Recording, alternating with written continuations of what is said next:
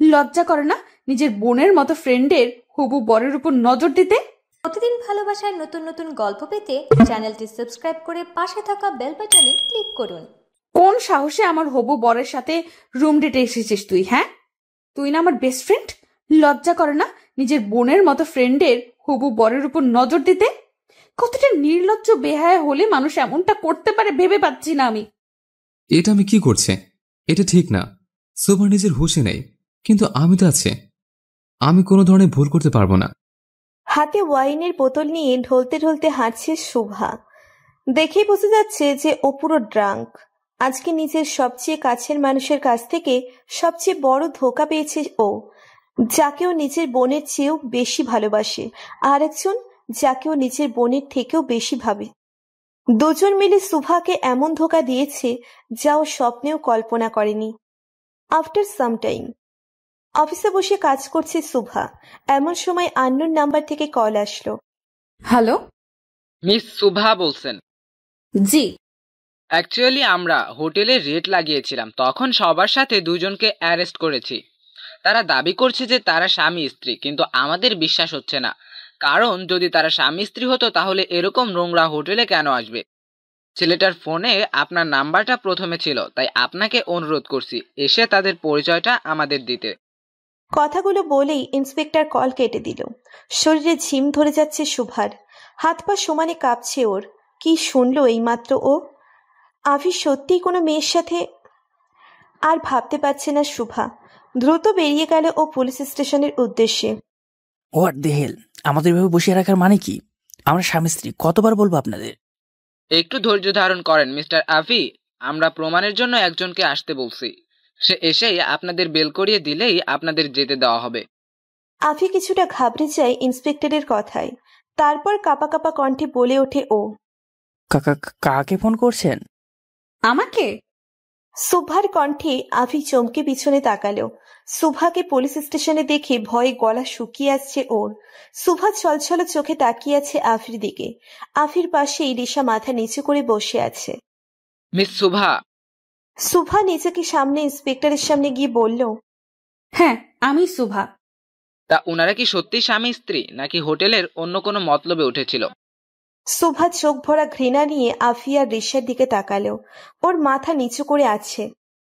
ওরা সত্যি কথা বলছে। দে আর হাজব্যান্ড অ্যান্ড ওয়াইফ। কোনো খারাপ মতলবে ওরা হোটেলে ওঠেনি। আসলে রিশা রেগে বাড়ি থেকে বের হয়ে গিয়েছিল। ফ্যামিলির কাউকে জানাতে চায়নি বলে ও হোটেলে গিয়েছে। ও হয়তো বুঝতে পারেনি যে ওই হোটেলটা সুবিধার না। আমি ওকে মানানোর জন্য গিয়েছিল, এর বেশি কিছু না। সুফার কথায় আভি আর রিশা দুজনেই হতভাগ। কোথায় সুফা ওদের শাস্তি দিবে, তা না ওদের বাঁচিয়ে দিচ্ছে মিথ্যে বলে। আপনি কি হন ওনাদের? সুফা ছলো ছলো চোখে আভির দিকে তাকিয়ে বলল, আমি ওদের ফ্রেন্ড, শুধু বন্ধু। আপনাকে এখানে সাইন করতে হবে। সুফা ইন্সপেক্টরের দেখানো কাগজে সাইন করে দিল। সব ফর্মালিটি শেষ করে ওরা বেরিয়ে আসলো পুলিশ স্টেশন থেকে। সুফা আগে আগে হাঁটছে আর আভি ওর পিছনে ছুটে আসছে। শোভা, আমার কথা শোনো। শোভা, দেখো, আমাকে এক্সপ্লেন করার একটা সুযোগ দাও প্লিজ। সুফা আভির কোনো কথায় কান না দিয়ে সোজা হাঁটছে আর ওর চোখ মুছছে। আভি দৌড়ে এসে সুফার হাত ধরে ওকে আটকালো। সাথে সাথে সুফা আভির গালে থাপ্পড় বসিয়ে দেয়। থাপ্পড় খেয়ে আভি যেন স্তব্ধ হয়ে গেছে। ও বিশ্বাস করতে পারছে না যে সুফা ওর গায়ে হাত তুলেছে। Don't you dare to touch me. তোমার এই নোংরা স্পর্শে আমাকে অপবিত্র করার চেষ্টা করবে না। আভিকে থাপ্পড় মারায় রিশা আভির কাছে এগিয়ে আসে। তারপর ন্যাকামো করে ওর গালে হাত বুলিয়ে দিতে দিতে বলে, এটা কি করলে শুভা? আভির গায়ে কোন সাহসে হাত তুললে তুমি? রিশার কথায় সুফার রাগ আরো বেড়ে যায়। সাথে সাথে রিশার হাত টেনে ওর গালেও চর বসিয়ে দেয় সুভা। কোন সাহসে আমার হবু বরের সাথে রুম ডেটে এসেছিস তুই? হ্যাঁ, তুই না আমার বেস্ট ফ্রেন্ড? লজ্জা করে না নিজের বোনের মতো ফ্রেন্ডের হবু বরের উপর নজর দিতে? কতটা নির্লজ্জ বেহায়া হলে মানুষ এমনটা করতে পারে ভেবে পাচ্ছি না আমি। তুমি আমার গায়ে হাত তুললে Shubha? How dare you! Risha সুফার গায়ে হাত তুলতে নিলেই আভি ওর হাত ধরে ঘুরিয়ে চর বসিয়ে দেয়। তোর সাহস তো কম না, সবার দিকে হাত বাড়াস তুই। মেরে এখানে পুঁতে রাখবো বলে দিলাম। আভি, ও তোমাকে থাপ্পড়? এটা আমাদের পার্সোনাল ইস্যু, তোর এখানে নাক গলাতে হবে না। তুই জাস্ট আমার একদিনের বেড পার্টনার, তাই নিজেকে এত বড় মনে করিস না। শুভা আমার হবুশ্রী, ওর দিকে হাত বাড়ানোর সাহস দেখাবি না এরপর থেকে। রিশা অবাক আফির কথায়। এতদিন চেষ্টা করেও কেন আফিকে সোফার থেকে ফেরাতে পারছে না বুঝতে পারছে না ও। আফি আবার সোফার দিকে এগিয়ে আসতেই সোফা হাত দিয়ে বাধা দিয়ে বলতে শুরু করে, প্লিজ আভি, আর না। তোমার আর কোনো নাটক সহ্য করতে পারবো না আমি। তুমি যেই ক্ষতটা আমাকে দিয়েছ সেটা মৃত্যুর আগ পর্যন্ত আমার সাথে থাকবে। তোমার এই মিথ্যা ভালোবাসা, এই ধোঁকা সহ্য করার ক্ষমতা আমার নেই। আমি চাইলে ফিরে যেতে পারতাম তোমাকে এখানে এই অবস্থায় ফেলে, কিন্তু যাইনি। ভেবো না যে তোমাকে ভালোবাসি বলে, একদম না। এখন থেকে আমার মনে শুধু তোমার জন্য ঘৃণা থাকবে, ভালোবাসা না। আমি এজন্য মিথ্যা বলেছি কারণ আমি চাই না যে তোমার কুকর্মের কথা আন্টি জানুক আর কষ্ট পাক। ওনার কথা ভেবে তোমাকে প্রোটেক্ট করেছি আমি। আমি কালকেই আন্টিকে জানিয়ে দিব তোমার সাথে সম্পর্ক টিকিয়ে রাখা আমার পক্ষে সম্ভব না। তোমার মতো ক্যারেক্টারলেস মানুষের সাথে বিয়ে করা থেকে গলায় দড়ি দিয়ে মরে যাওয়া শ্রেয়। সোফা আর কাউকে কিছু বলার সুযোগ না দিয়ে কান্না করতে করতে চলে যায়। আভি অনুতপ্তভাবে তাকিয়ে আছে সোফার যাওয়ার পথে। ফাইনালি আমি যা চেয়েছি তা পেতে চলেছি। এখন আবির জীবন থেকে শুভা আউট আর রিশা ইন। চারিদিকে নিস্তব্ধতার মাঝে হেঁটে চলছে সোফা। হঠাৎ হোঁচট খেয়ে পড়ে গেল ও। ওয়াও, আমি তো আজকাল পথে পথে হোঁচট খাচ্ছি। নিজেকে সামলা শুভা। ছোট থেকে একাই পথ চলেছিস, বাকিটা পথও একাই চলতে হবে। No one is here for you. Sofa নিচের হিল জুতোগুলো খুলে হাতে তুলে নিল, তারপর ওয়াইনের বোতলে শেষ চুমুক দিয়ে উঠে দাঁড়ালো। ঢলতে ঢলতে হাঁটছে আর ওয়াইনের বোতলে চুমুক দিচ্ছে সোফা। হয়তো পেইন ভোলানোর জন্য এটাই সবচেয়ে কার্যকারী ঔষধ। হঠাৎ গাড়ির হর্ন শুনতে পেল ও। চোখে গাড়ির লাইটের আলো লাগছে ওর। চোখ টেনে বোঝার চেষ্টা করছে আসলে সামনে কি আসছে। গাড়ির ড্রাইভার জোরে জোরে হর্ন দিচ্ছে, তাও সোফা মাঝ রাস্তা থেকে সরে আসছে না। সোফার চোখে ঝপ ঝাপসা ঝাপসা লাগছে। সামনে গাড়ি নাকি ট্রেন সেটা বোঝার ক্ষমতা হয়তো হারিয়ে ফেলেছে ও। গাড়িটি সোফার সাথে ধাক্কা লাগার আগেই থেমে যায়, তাও সোফা ব্যালেন্স না রাখতে পেরে নিচে পড়ে যায়। গাড়িতে বসে ল্যাপটপে অফিসের কাজ চেক করছিল রওশন রায়জাদা।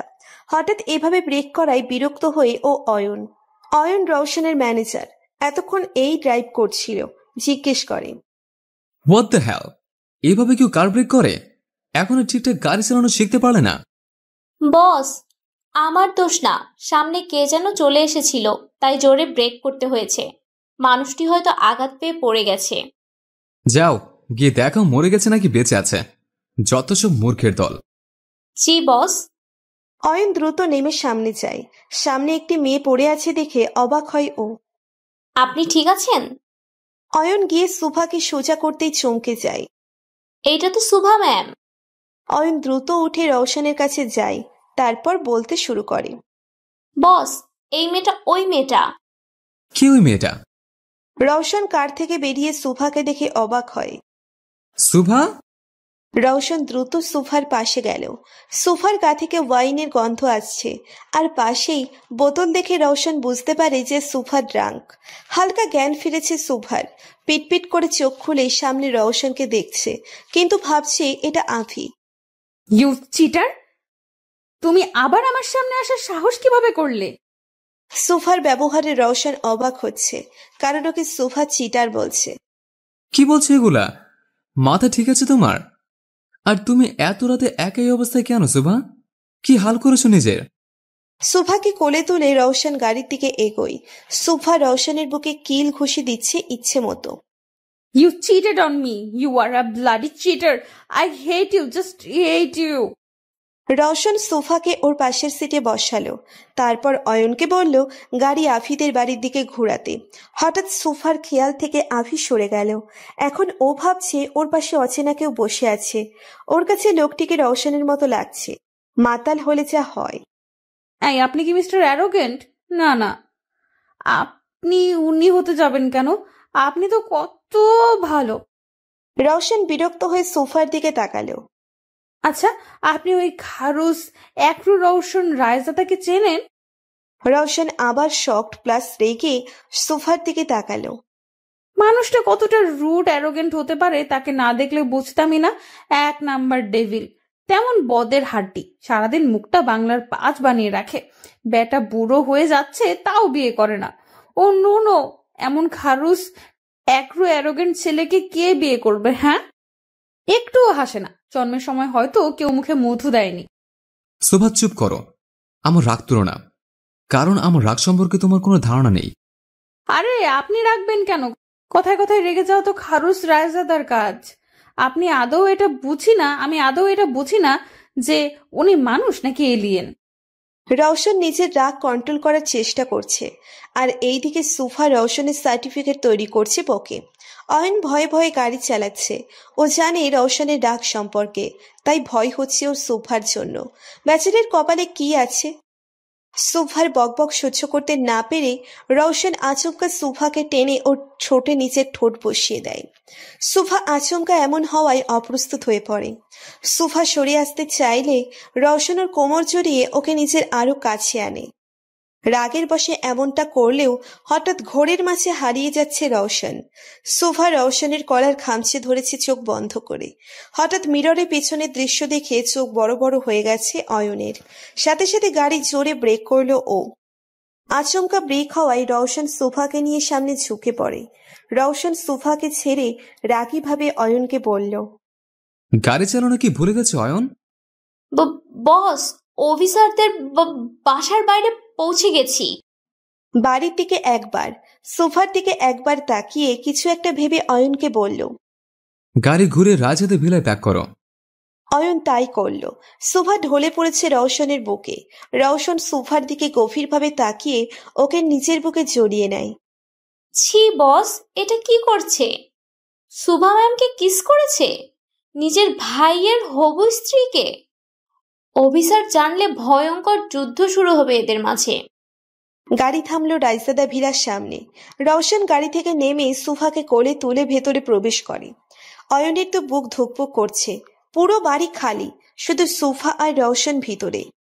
বস, সুভা ম্যামের সাথে উল্টাপাল্টা কিছু করবেন না তো? সুভা ম্যাম তো ড্রাঙ্ক, যদি কিছু। না, এসব কি ভাবছি আমি? আমাদের রওশন স্যার তো এরকম না। উনি আজও কোনো মেয়ের সাথে মিসবিহেভ করেনি। তার ওপর উনি তো মেয়েদের থেকে 100 হাত দূরে থাকেন। উনি এরকম কিছু করবেন না, আমার বিশ্বাস আছে। তাহলে উনি ম্যামকে নিয়ে নিজের বাড়িতে আসলেন কেন? উনি তো পারতেন ম্যামকে অফিসারদের বাড়ি দিয়ে আসতে। বাড়ি অবধি পৌঁছেও কেন ফিরে আসলেন? আর ভাবতে পারছি না। আমার এখানে মাথা ঘামিয়ে লাভ নেই। 2 ভাইয়েরটা 2 ভাই বুঝুক, আমি যাই। নিজের কনফিউশন নিয়েই অয়ন গাড়ি ব্যাক করে চলে যায়। রওশন সোফাকে নিজের রুমে নিয়ে এসে ওর বেডে শুইয়ে দেয়। সোফা বেঘরে ঘুমোচ্ছে। রওশন অনেকটা ঝুঁকে আছে সোফার দিকে। রওশনের নিঃশ্বাস সোফার মুখে পড়ছে। এতে সোফার কপালের চুলগুলো হালকা নড়ছে। আজ প্রথমবারের মতো সোফাকে এত কাছ থেকে দেখছে রওশন। সোফার গায়ের রং চাপা, কিন্তু চেহারায় অদ্ভুত মায়া ওর। ঠিক বাম গালে একটা কালো তিল আছে সোফার, তার উপর ঠোঁটেও তিল। এই তিলটার জন্যই রওশন তখন নিজের নিয়ন্ত্রণ হারিয়ে ফেলেছিল। যখন সোফা অবিরাম কথা বলছিল, ওর দিকেই তাকিয়েছিল রওশন অপলক। তখন নিজেকে নিয়ন্ত্রণে রাখতে পারেনি ও, তাই এমন ভুল করে ফেলেছে। ঘুমের মধ্যেই সোফা রওশনের কলার ধরে আছে। রওশন সোফার দিকে আরেকটু ঝুঁকে ওর গালের তিলটাই ঠোঁট ছোঁয়ালো। তারপর ঠোঁটের উপরের তিলটাই হালকা ঠোঁট ছোঁয়ালো। ঘোরের মধ্যে হারিয়ে যাচ্ছে রওশন। এমন লাগছে সোফা ওকে টানছে। রওশন সোফার আরেকটু কাছে যেতেই কোথাও থেকে একটা বাধা পড়ে ওর। এটা আমি কি করছে? এটা ঠিক না। শোভা নিজের হুঁশে নেই, কিন্তু আমি তো আছে। আমি কোনো ধরনের ভুল করতে পারবো না। রওশন সোফার থেকে সরে এসে ওর গায়ে ব্ল্যাঙ্কেট টেনে দেয়। রওশন ওর কাবার্ড থেকে নিজের নাইট স্যুটটা বের করে ওয়াশরুমে ঢুকে পড়ে। রওশন রাইজাদা ফ্যামিলি বলতে কেউ নেই। এক কথায় বলতে গেলে ফ্যামিলি থেকেও নেই। আভি রওশনের ছোট আব্বুর ছেলে। 1 বছরের ছোট আভি রওশনের থেকে। ওদের মাঝে সম্পর্ক তেমন একটা ভালো না। আভির আব্বু রওশনকে শুধু নিজের টাকার চাহিদা পূরণের মেশিন ভাবে। সবার জন্য রওশন একজন discipline, strict, rude, arrogant person. সবাইকে শাসনে রাখে রওশন। ওর অফিস থেকে ধরে বাসার কাজের লোকেরাও রওশনকে ভয় পায়। মেয়েরা রওশন বলতে পাগল, কিন্তু রওশনের মেয়েদের প্রতি কোনো আসক্তি নেই। ওর যত আসক্তি সব সোফাকে ঘিরে। ফ্রেশ হয়ে এসে রওশন গিয়ে সোফায় বসে পড়ে। ওর চোখ স্থির হয়ে আছে সোফার দিকে। কেন যেন নিজের নজর সরাতে পারছে না ও সোফার উপর থেকে। সোফাকে দেখতে দেখতে কখন রওশন ঘুমের রাজ্যে হারিয়ে যায় ও বুঝতে পারছে না। ও বুঝতে পারে না। পরদিন সকালে ভোরের আলো চোখে পড়তেই ঘুম ভেঙে গেল সোফার। আড়ামোড়া ভেঙে উঠে বসলে ও। মাথাটা এখনো ছিম ধরে আছে। নিজের মাথা চেপে ধরে কতক্ষণ বসে থাকলো ও। হঠাৎ চোখ খুলে তাকাতেই চমকে ওঠে সোফা। এটা কোথায় ও? বিশাল রুম, আর পুরো রুম সাদা রং দিয়ে সাজানো। দেয়াল থেকে ধরে বেডশিটটাও সাদা। এটা কোথায় আমি?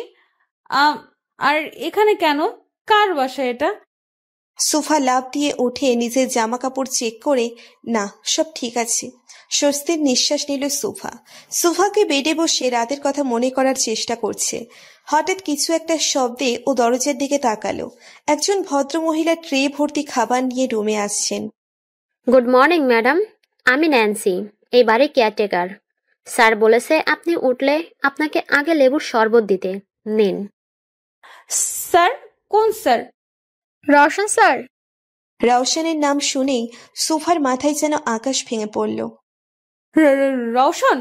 তার মানে এটা মিস্টার রওশনের বাড়ি, আর আমি এখানে সারা রাত ড্রাঙ্ক অবস্থায় ছিলাম। বাঘের গুহায় সারা রাত, তার উপর ড্রাঙ্ক অবস্থায়। Ma'am, juice. এটা খেলে আপনার সুস্থ অনুভব হবে। সোফা ন্যান্সির হাত থেকে গ্লাস নিয়ে ঢকঢক করে পুরো জুস খেয়ে নিল। Feeling better, thank you. আমি আসি এখন। স্যার বলেছে আপনাকে তার সাথে দেখা করতে। জি। সোফা দ্রুত বেরিয়ে গেল বাড়ি থেকে। মিস্টার রওশন রাইজার কেবিন কোন দিকে? আপনি মিস সুবা আহমেদ? জি। স্যার বলেছিলেন আপনি আসলে আপনাকে ওনার কেবিনে বসাতে। আসলে স্যার একটু জরুরি মিটিংয়ে আছেন, তাই আপনার একটু অপেক্ষা করতে হবে। সমস্যা নেই, চলুন আমার সাথে। রওশনের পিএ সোফাকে ওর কেবিনে নিয়ে আসে। এটা স্যারের কেবিন। সোফা জোরে জোরে কয়েকটা নিঃশ্বাস ছেড়ে কেবিনে প্রবেশ করলো। বিশাল কেবিন দেখেই বোঝা যাচ্ছে যে রওশন কতটা শৌখিন। সোফা ঘুরে ঘুরে দেখছে কেবিনটা। কেবিনে অ্যাডজাস্ট করা বেডরুম আছে, সাথে বারান্দাও। কেবিনে বেডরুম? সোফা টেবিলের সামনে হাঁটছে আর ফাইলগুলোকে ছুঁয়ে ছুঁয়ে দেখছে। হঠাৎ দরজা খোলার শব্দে চমকে যাওয়ায় দরজার দিকে ঘুরে দাঁড়ালো সোফা। রওশন একটা ফাইল দেখতে দেখতে কেবিনে প্রবেশ করছে। রওশনকে দেখে আরেক দফা ক্রাশ খেল সোফা। প্রথম যখন আভি ওকে রওশনের সাথে পরিচয় করিয়ে দিয়েছিল, তখন প্রথম সোফা কারে উপর ক্রাশ খায়। রওশনের ড্রেস আপ, ওর কথা বলার স্টাইল, ওর অ্যাটিটিউড, সব কিছু যেন যে কোনো মেয়েকে ঘায়েল করতে সক্ষম। কিন্তু যখন রওশনের ডাক দেখেছে ও, তখন ক্রাশ শব্দটা উল্টে মিস্টার অ্যারোগেন্ট হয়ে গেছে। আজও রওশনকে একদম আলাদা লাগছে। ব্ল্যাক শার্ট, চকলেট কালারের ব্লেজার, ব্ল্যাক প্যান্ট, হাতে চকলেট কালার বেল্টের ঘড়ি, তার উপর জিম করা বডি। রওশনের ঠোঁট একদম বিদেশিদের মতো গোলাপি। সবচেয়ে ডিফারেন্ট হলো রওশনের চুল, একদম সিল্কি, আর কপালে 4-5টা পড়েই থাকে। রওশনকে দেখতে একদম কোনো ফরেন হিরোদের মতো লাগে। মুখের সামনে তুড়ি বাজাতেই ঘোর লাগে সোফার। রওশন ওর সামনে চলে এসেছে। এতক্ষণ ঘোরের মধ্যে বোঝেইনি সোফা কখন রওশনের সামনে আসলো। লজ্জায় সোফার গাল লাল হয়ে গেছে। সাথে সাথে চোখ নামিয়ে নেয় সোফা। আর ইউ ওকে শোভা? হ্যাঁ, আমি ঠিক আছি। রওশন গিয়ে ওর ডেস্কে বসলো আর সোফাকে ইশারা করলো অপোজিটে বসতে। সোফা মাথায় নিচু করে বসে পড়ল। না টেল মি, কালকে কি হয়েছিল? আভি এমন কি করেছে যে তুমি নেশার ঘোরেও ওকে সহ্য করতে পারছিলে না? আর কেন এবার তুমি এত রাতে ড্রাঙ্ক অবস্থায় রাস্তায় ছিলে? I want to know the truth. কিন্তু মনে থাকে যেন আমি মিথ্যাকে ঘৃণা করি, তাই আমাকে সবটা সত্য বলবে। সোফা ছলো ছলো চোখে রওশনের দিকে তাকালো। সোফার এই কান্না ভরা দৃষ্টি রওশনের বুকে গিয়ে বিঁধছে। এই দৃষ্টিতে কতটা পেইন আছে সেটা হয়তো রওশন অনুভব করতে পারছে। গতকাল ঘটে যাওয়া সব কাহিনী সোফা রওশনকে বলল। রওশন বাকরুদ্ধ হয়ে শুনেছে সোফার কথা। ওর আগে থেকেই জানা ছিল আভি কখনো শুধরাবে না। কলেজ লাইফ থেকেই আভি মেয়েদের প্রতি দুর্বল। ওর কতটা অ্যাফেয়ার ছিল তা হয়তো ওর নিজেরও মনে নেই। সোফার সাথে পরিচয় হবার পর আভির মধ্যে পরিবর্তন লক্ষ্য করেছিল রওশন। ও ও ভেবেছিল হয়তো আভি বদলে গেছে, কিন্তু এখন সোফার কথাগুলোতেই রওশনের ধারণা ভুল প্রমাণিত হলো। কুকুরের লেজ যেমন কখনো সোজা হয় না, তেমনি আভিও হয়তো কখনো শুধরাবে না। এখন শুভাকে কি বলে সান্ত্বনা দিবে তা বুঝতে পারছে না রওশন। শত হলেও ওর ভাই আভি, আভির ভুলের বোঝা একটু হলেও ওকে বইতে হবে। অনেক ভেবে রওশন সুফাকে বলতে শুরু করলো। দেখো সুভা, আমি সুফা রওশনকে থামিয়ে নিচে আবার বলতে শুরু করে। থাক রওশন, আপনাকে ওর সাফাইতে কিচ্ছু বলতে হবে না। ও আপনার ভাই হয়, তাই ওর ভুলটা হয়তো আপনার কাছে তত বড় কিছু নয়, কিন্তু আমার কাছে এটা ভুল না, অপরাধ। অভি ধোঁকা দিয়েছে আমাকে, তাই আভির সাথে আমার সম্পর্ক আমি শেষ করে দিয়েছি। হয়তো ও আপনার ভাই হয়, তাই আপনি ওর জন্য বলবেন, বাট সরি, ওর মতো ক্যারেক্টারলেস চিটার মানুষের সাথে আমি আমার জীবন জড়াতে চাই না। আমি এখানে আপনাকে শুধু এতটুকুই জানাতে এসেছিলাম। সুফা ওর আঙ্গুল থেকে এঙ্গেজমেন্ট রিং খুলে রওশনের সামনে রাখে। আন্টিকে এটা ফিরিয়ে দিয়েন, ওনার কাছ থেকে অনেক ভালোবাসা পেয়েছি। আমার মতো অনাথ মেয়েকে উনি নিজের মেয়ের মতো ভেবেছেন, এটাই আমার কাছে অনেক। কিন্তু হয়তো ওনার মতো মা আমার ভাগ্যে নেই। আমি আগে যেমন একা নিজের পথ চলেছি, বাকিটা জীবনও একা চলতে পারবো।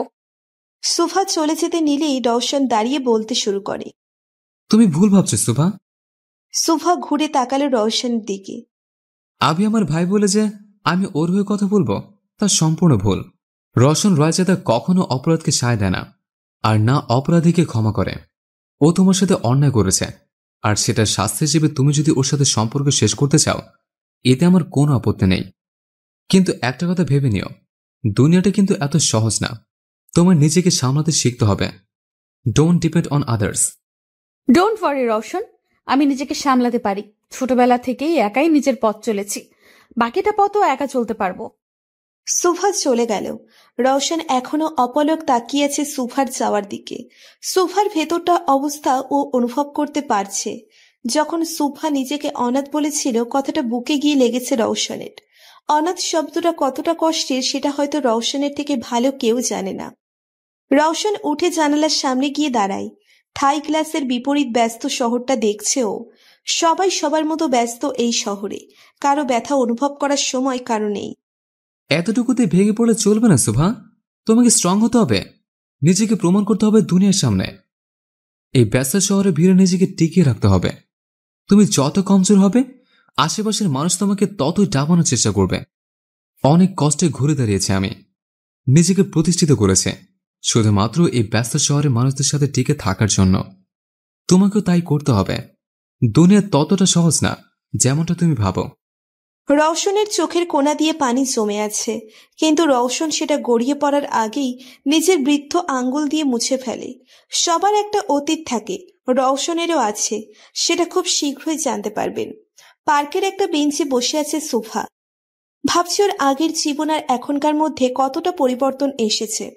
বুঝ হওয়ার পর থেকেই অনাথ আশ্রমকে নিজের ঘর ভেবেছে সুফা, আর সেখানকার মানুষদের নিজের পরিবার।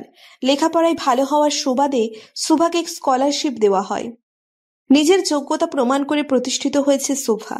অনেক পরিশ্রমে সুফা এখন নিজের একটা চাইল্ড এনজিও গড়ে তুলেছে। সুফা একজন ফ্যাশন ডিজাইনার, তার পাশাপাশি এনজিও সামলাই ওর। 1 বছর আগে আফরির সাথে একটা সোশ্যাল পার্টিতে দেখা হয়েছিল সুফার।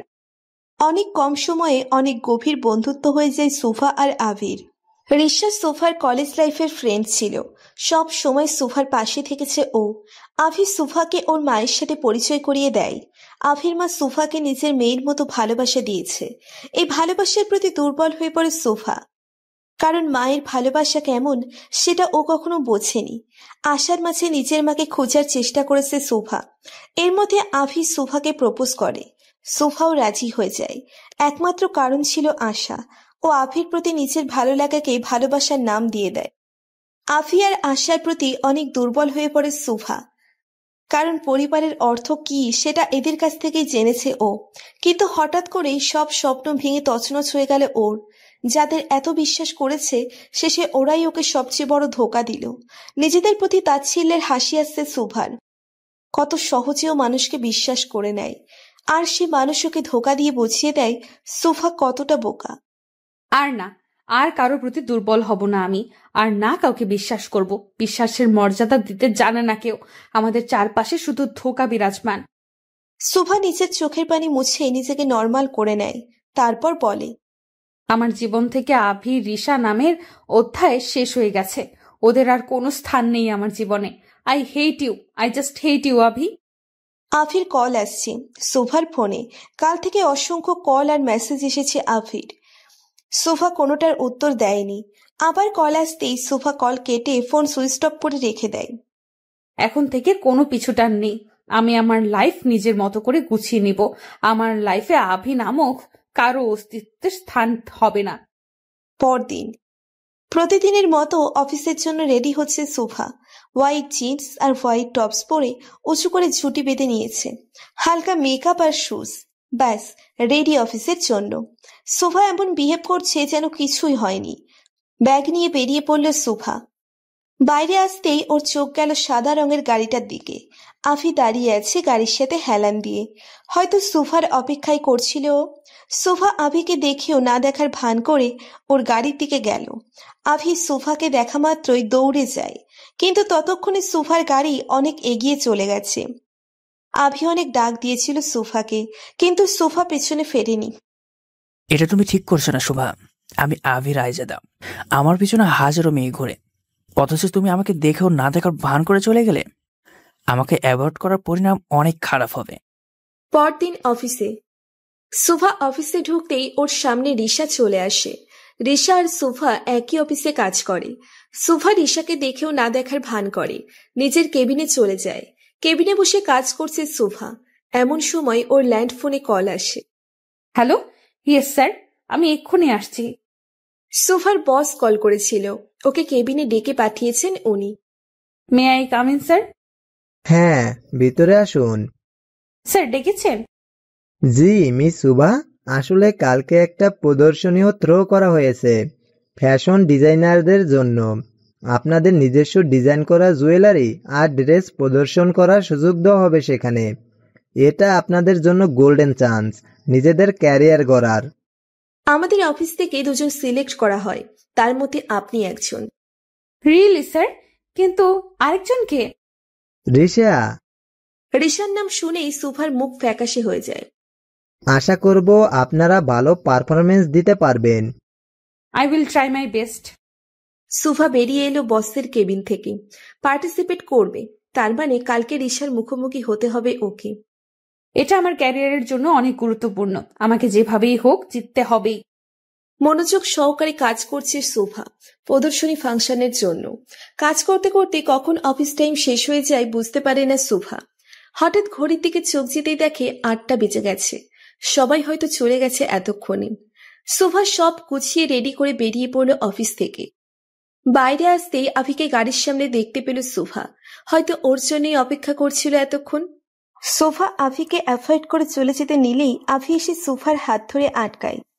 সমস্যা কি তোমার? হ্যাঁ, কালকে থেকে এত ফোন এত মেসেজ দিচ্ছি, কোনোটার রিপ্লাই করনি।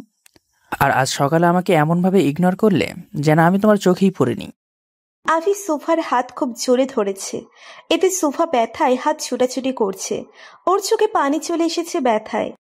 আমার হাত ছাড়ো আভি, লাগছে আমার। আভি সোফার হাত আরো শক্ত করে ধরে, ওকে নিজের কাছে টেনে এনে বলে, লাগুক, আমারই গতি লেগেছিল যখন তুমি আমাকে অ্যাভয়েড করেছিলে। আমি তোমার সাথে কোনো সম্পর্ক রাখতে চাই না, ঘৃণা করে তোমাকে, বুঝলে? I hate you. Don't you dare Shobha, সম্পর্ক ভাঙার নাম মুখেও আনবে না। তোমায় বিয়ে করতেই হবে, তাও আমাকে। তোমার পাবার জন্য অনেক কাঠখড় পুড়িয়েছি আমি। মাঝরাস্তায় তুমি আমাকে রেখে যেতে পারবে না। শোভা এবার এক ঝটকায় নিজের হাত ছাড়িয়ে দূরে সরে বলতে শুরু করে, তোমার মতো ক্যারেক্টারলেস চিটার মানুষের সাথে আমি কখনো নিজের জীবন জড়াবো না আভি। স্বপ্ন দেখা বাদ দাও। তোমার এই রূপ যদি আগে আমার সামনে আসতো তাহলে কাহিনী এত দূর এগোতো না। আরো আগে তোমার থেকে আলাদা হয়ে যেতাম আমি। সোফার কথায় আভির রাগ উঠে যায়। আরো সোফার সামনে গিয়ে পেছনে দিয়ে ওর চুলের মুঠো ধরে বলতে শুরু করে, ভুলেও আমার থেকে দূরে যাওয়ার চেষ্টা করবে না শোভা, না হলে আমার ভয়ঙ্কর রূপ দেখতে বাধ্য হবে। তোমার উপর শুধু আমার অধিকার আছে, অনলি মাই। আমি যেমনই হই তোমাকে আমার হয়েই থাকতে হবে। সুভা আভিকে ধাক্কা দিয়ে ওর গালে চড় বসিয়ে দেয়, তারপর চিল্লিয়ে বলে, কখনো না। তোমার মতো মানুষের সাথে জীবন জড়ানোর থেকে ভালো আমি মরে গেলে খুশি হব। তোমার চেহারাও আমার কাছে ঘৃণিত। সোফা কান্না করতে করতে আভির সামনে থেকে দৌড়ে চলে গেল। আভির রাগ মাথায় চড়ে বসেছে সোফার থাপ্পড়ে। আভি নিজের রাগ কন্ট্রোল করতে না পেরে গাড়ির গ্লাসে জোরে ঘুষি মারে। গাড়ির গ্লাস তেমন কিছু না হলেও ওর হাত আঙ্গুলের সাইড দিয়ে ফেটে যায় আর রক্ত বের হতে শুরু করে। আভির উপর রাগ দেখিয়ে গাড়ি না নিয়েই সোফা বেরিয়ে আসে। মাঝ রাস্তা দিয়ে কান্না করতে করতে হাঁটছে সোফা। আভির কথাগুলো অনেক কষ্ট দিয়েছে ওকে। হঠাৎ সোফার সামনে একটা গাড়ি আসতেই কেউ সোফার হাত টেনে সরিয়ে দেয়। সোফা সামনে তাকিয়ে দেখে রওশন দাঁড়িয়ে আছে। Are you mad? এভাবে মাঝ রাস্তা দিয়ে কেউ হাঁটে শোভা? আমি সময় মতো না আসলে কি হতো, কোনো আইডিয়া আছে তোমার? সোফা রওশনকে দেখে নিজের কান্নার বেগ থামাতে পারে না, ফুপিয়ে কেঁদে ওঠে ও। রওশন সোফার কান্নার কারণ বুঝতে পারছে না। হঠাৎ রওশনের চোখ যায় সোফার হাতে। ল্যাম্পপোস্টের লাইটের আলোতে 4 আঙ্গুলের ছাপ স্পষ্ট বোঝা যাচ্ছে। রওশনের আর বুঝতে বাকি রইল না কি হয়েছে সোফার। রওশন সোফার গালে আলতো করে হাত রেখে ওকে শান্ত করার চেষ্টা করতে করতে বলে, শোভা দেখো, প্লিজ স্টপ ক্রাইং, সব ঠিক আছে, দেখো। সোফা আচমকা কান্নার বেগ বাড়িয়ে রওশনকে জড়িয়ে ধরল। রওশনের বুকে মাথা রেখে ফুপিয়ে ফুপিয়ে কাঁদছে সোফা। রওশন সোফার মাথায় হাত বুলিয়ে দিচ্ছে আর এক হাত ওর পিঠে রেখেছে। রওশনের হাত মুষ্টিবদ্ধ, হয়তো রাগ কমানোর চেষ্টা করছে। চোখে রাগে লাল হয়ে আছে। এটা তুই ঠিক করলি না অভি। রওশন সোফাকে নিজের গাড়ি করে ওর বাড়িতে পৌঁছে দেয়। তারপর গাড়ি ব্যাক করে চলে যায় নিজের গন্তব্যে। আফি নিজেদের বাড়ির পার্কিং এ নিজের গাড়ি পার্ক করছে। গাড়ি পার্ক করে আফি পার্কিং হল থেকে বের হতে নিলেই কেউ ওর মুখ কালো কাপড় দিয়ে ঢেকে দেয়। আফি কিছু বুঝে ওঠার আগেই আগন্তুকটি ওকে গাড়ির সাথে ধাক্কা দিয়ে ওর হাত বেঁধে ফেলে কিছু দিয়ে। আফি ছুটাছুটি করছে, আচমকা আগন্তুকটি ওর মুখ বরাবর কয়েকটা পাঁচ মারে। আফির নাক দিয়ে রক্ত বের হতে শুরু করেছে। ও চিৎকারও করতে পারছে না আর না কাউকে ডাকতে পারছে। আগন্তুকটি আফিকে ধাক্কা দিয়ে ওর শার্টের কলার ধরে গাড়ির ডিকির সাথে কয়েকটা বাড়ি দেয়। আফি ছিটকে পড়ে যায় ফ্লোরে। ব্যথায় কাতরাচ্ছে আফি। আগন্তুকটি ওর পাশে হাঁটু কেড়ে বসে। তারপর নিজের প্যান্টের পকেট থেকে একটা আংটি বের করে আফির শার্টের পকেটে ঢুকিয়ে দেয়। আফি হাত ছুড়ছে বাঁধন খোলার জন্য। আগন্তুকটি দাঁড়িয়ে আফিকে ডিঙিয়ে চলে যায়। ওয়াচম্যান পার্কিং ক্রস করে যাওয়ার সময় আফিকে এই অবস্থায় দেখে ছুটে আসে। তারপর আফির হাতের বাঁধন খুলে দিতে দিতে বলে, স্যার আপনি ঠিক আছেন? আপনার এই অবস্থা কি করে হলো? আফির হাতের বাঁধন খুলতেই ও এক ঝটকায় নিজের মুখের কাপড়টি সরিয়ে ফেলে দেয়। আফির নাক থেকে রক্ত বের হচ্ছে। ঠোঁট আর কপাল ফেটে রক্ত পড়ছে। কে ছিল এখানে? আর কার এত বড় সাহস আভি রায়জাতের উপর হামলা করার? আমি দেখিনি স্যার, আমি এইমাত্র আসলাম আর আপনাকে এই অবস্থায়।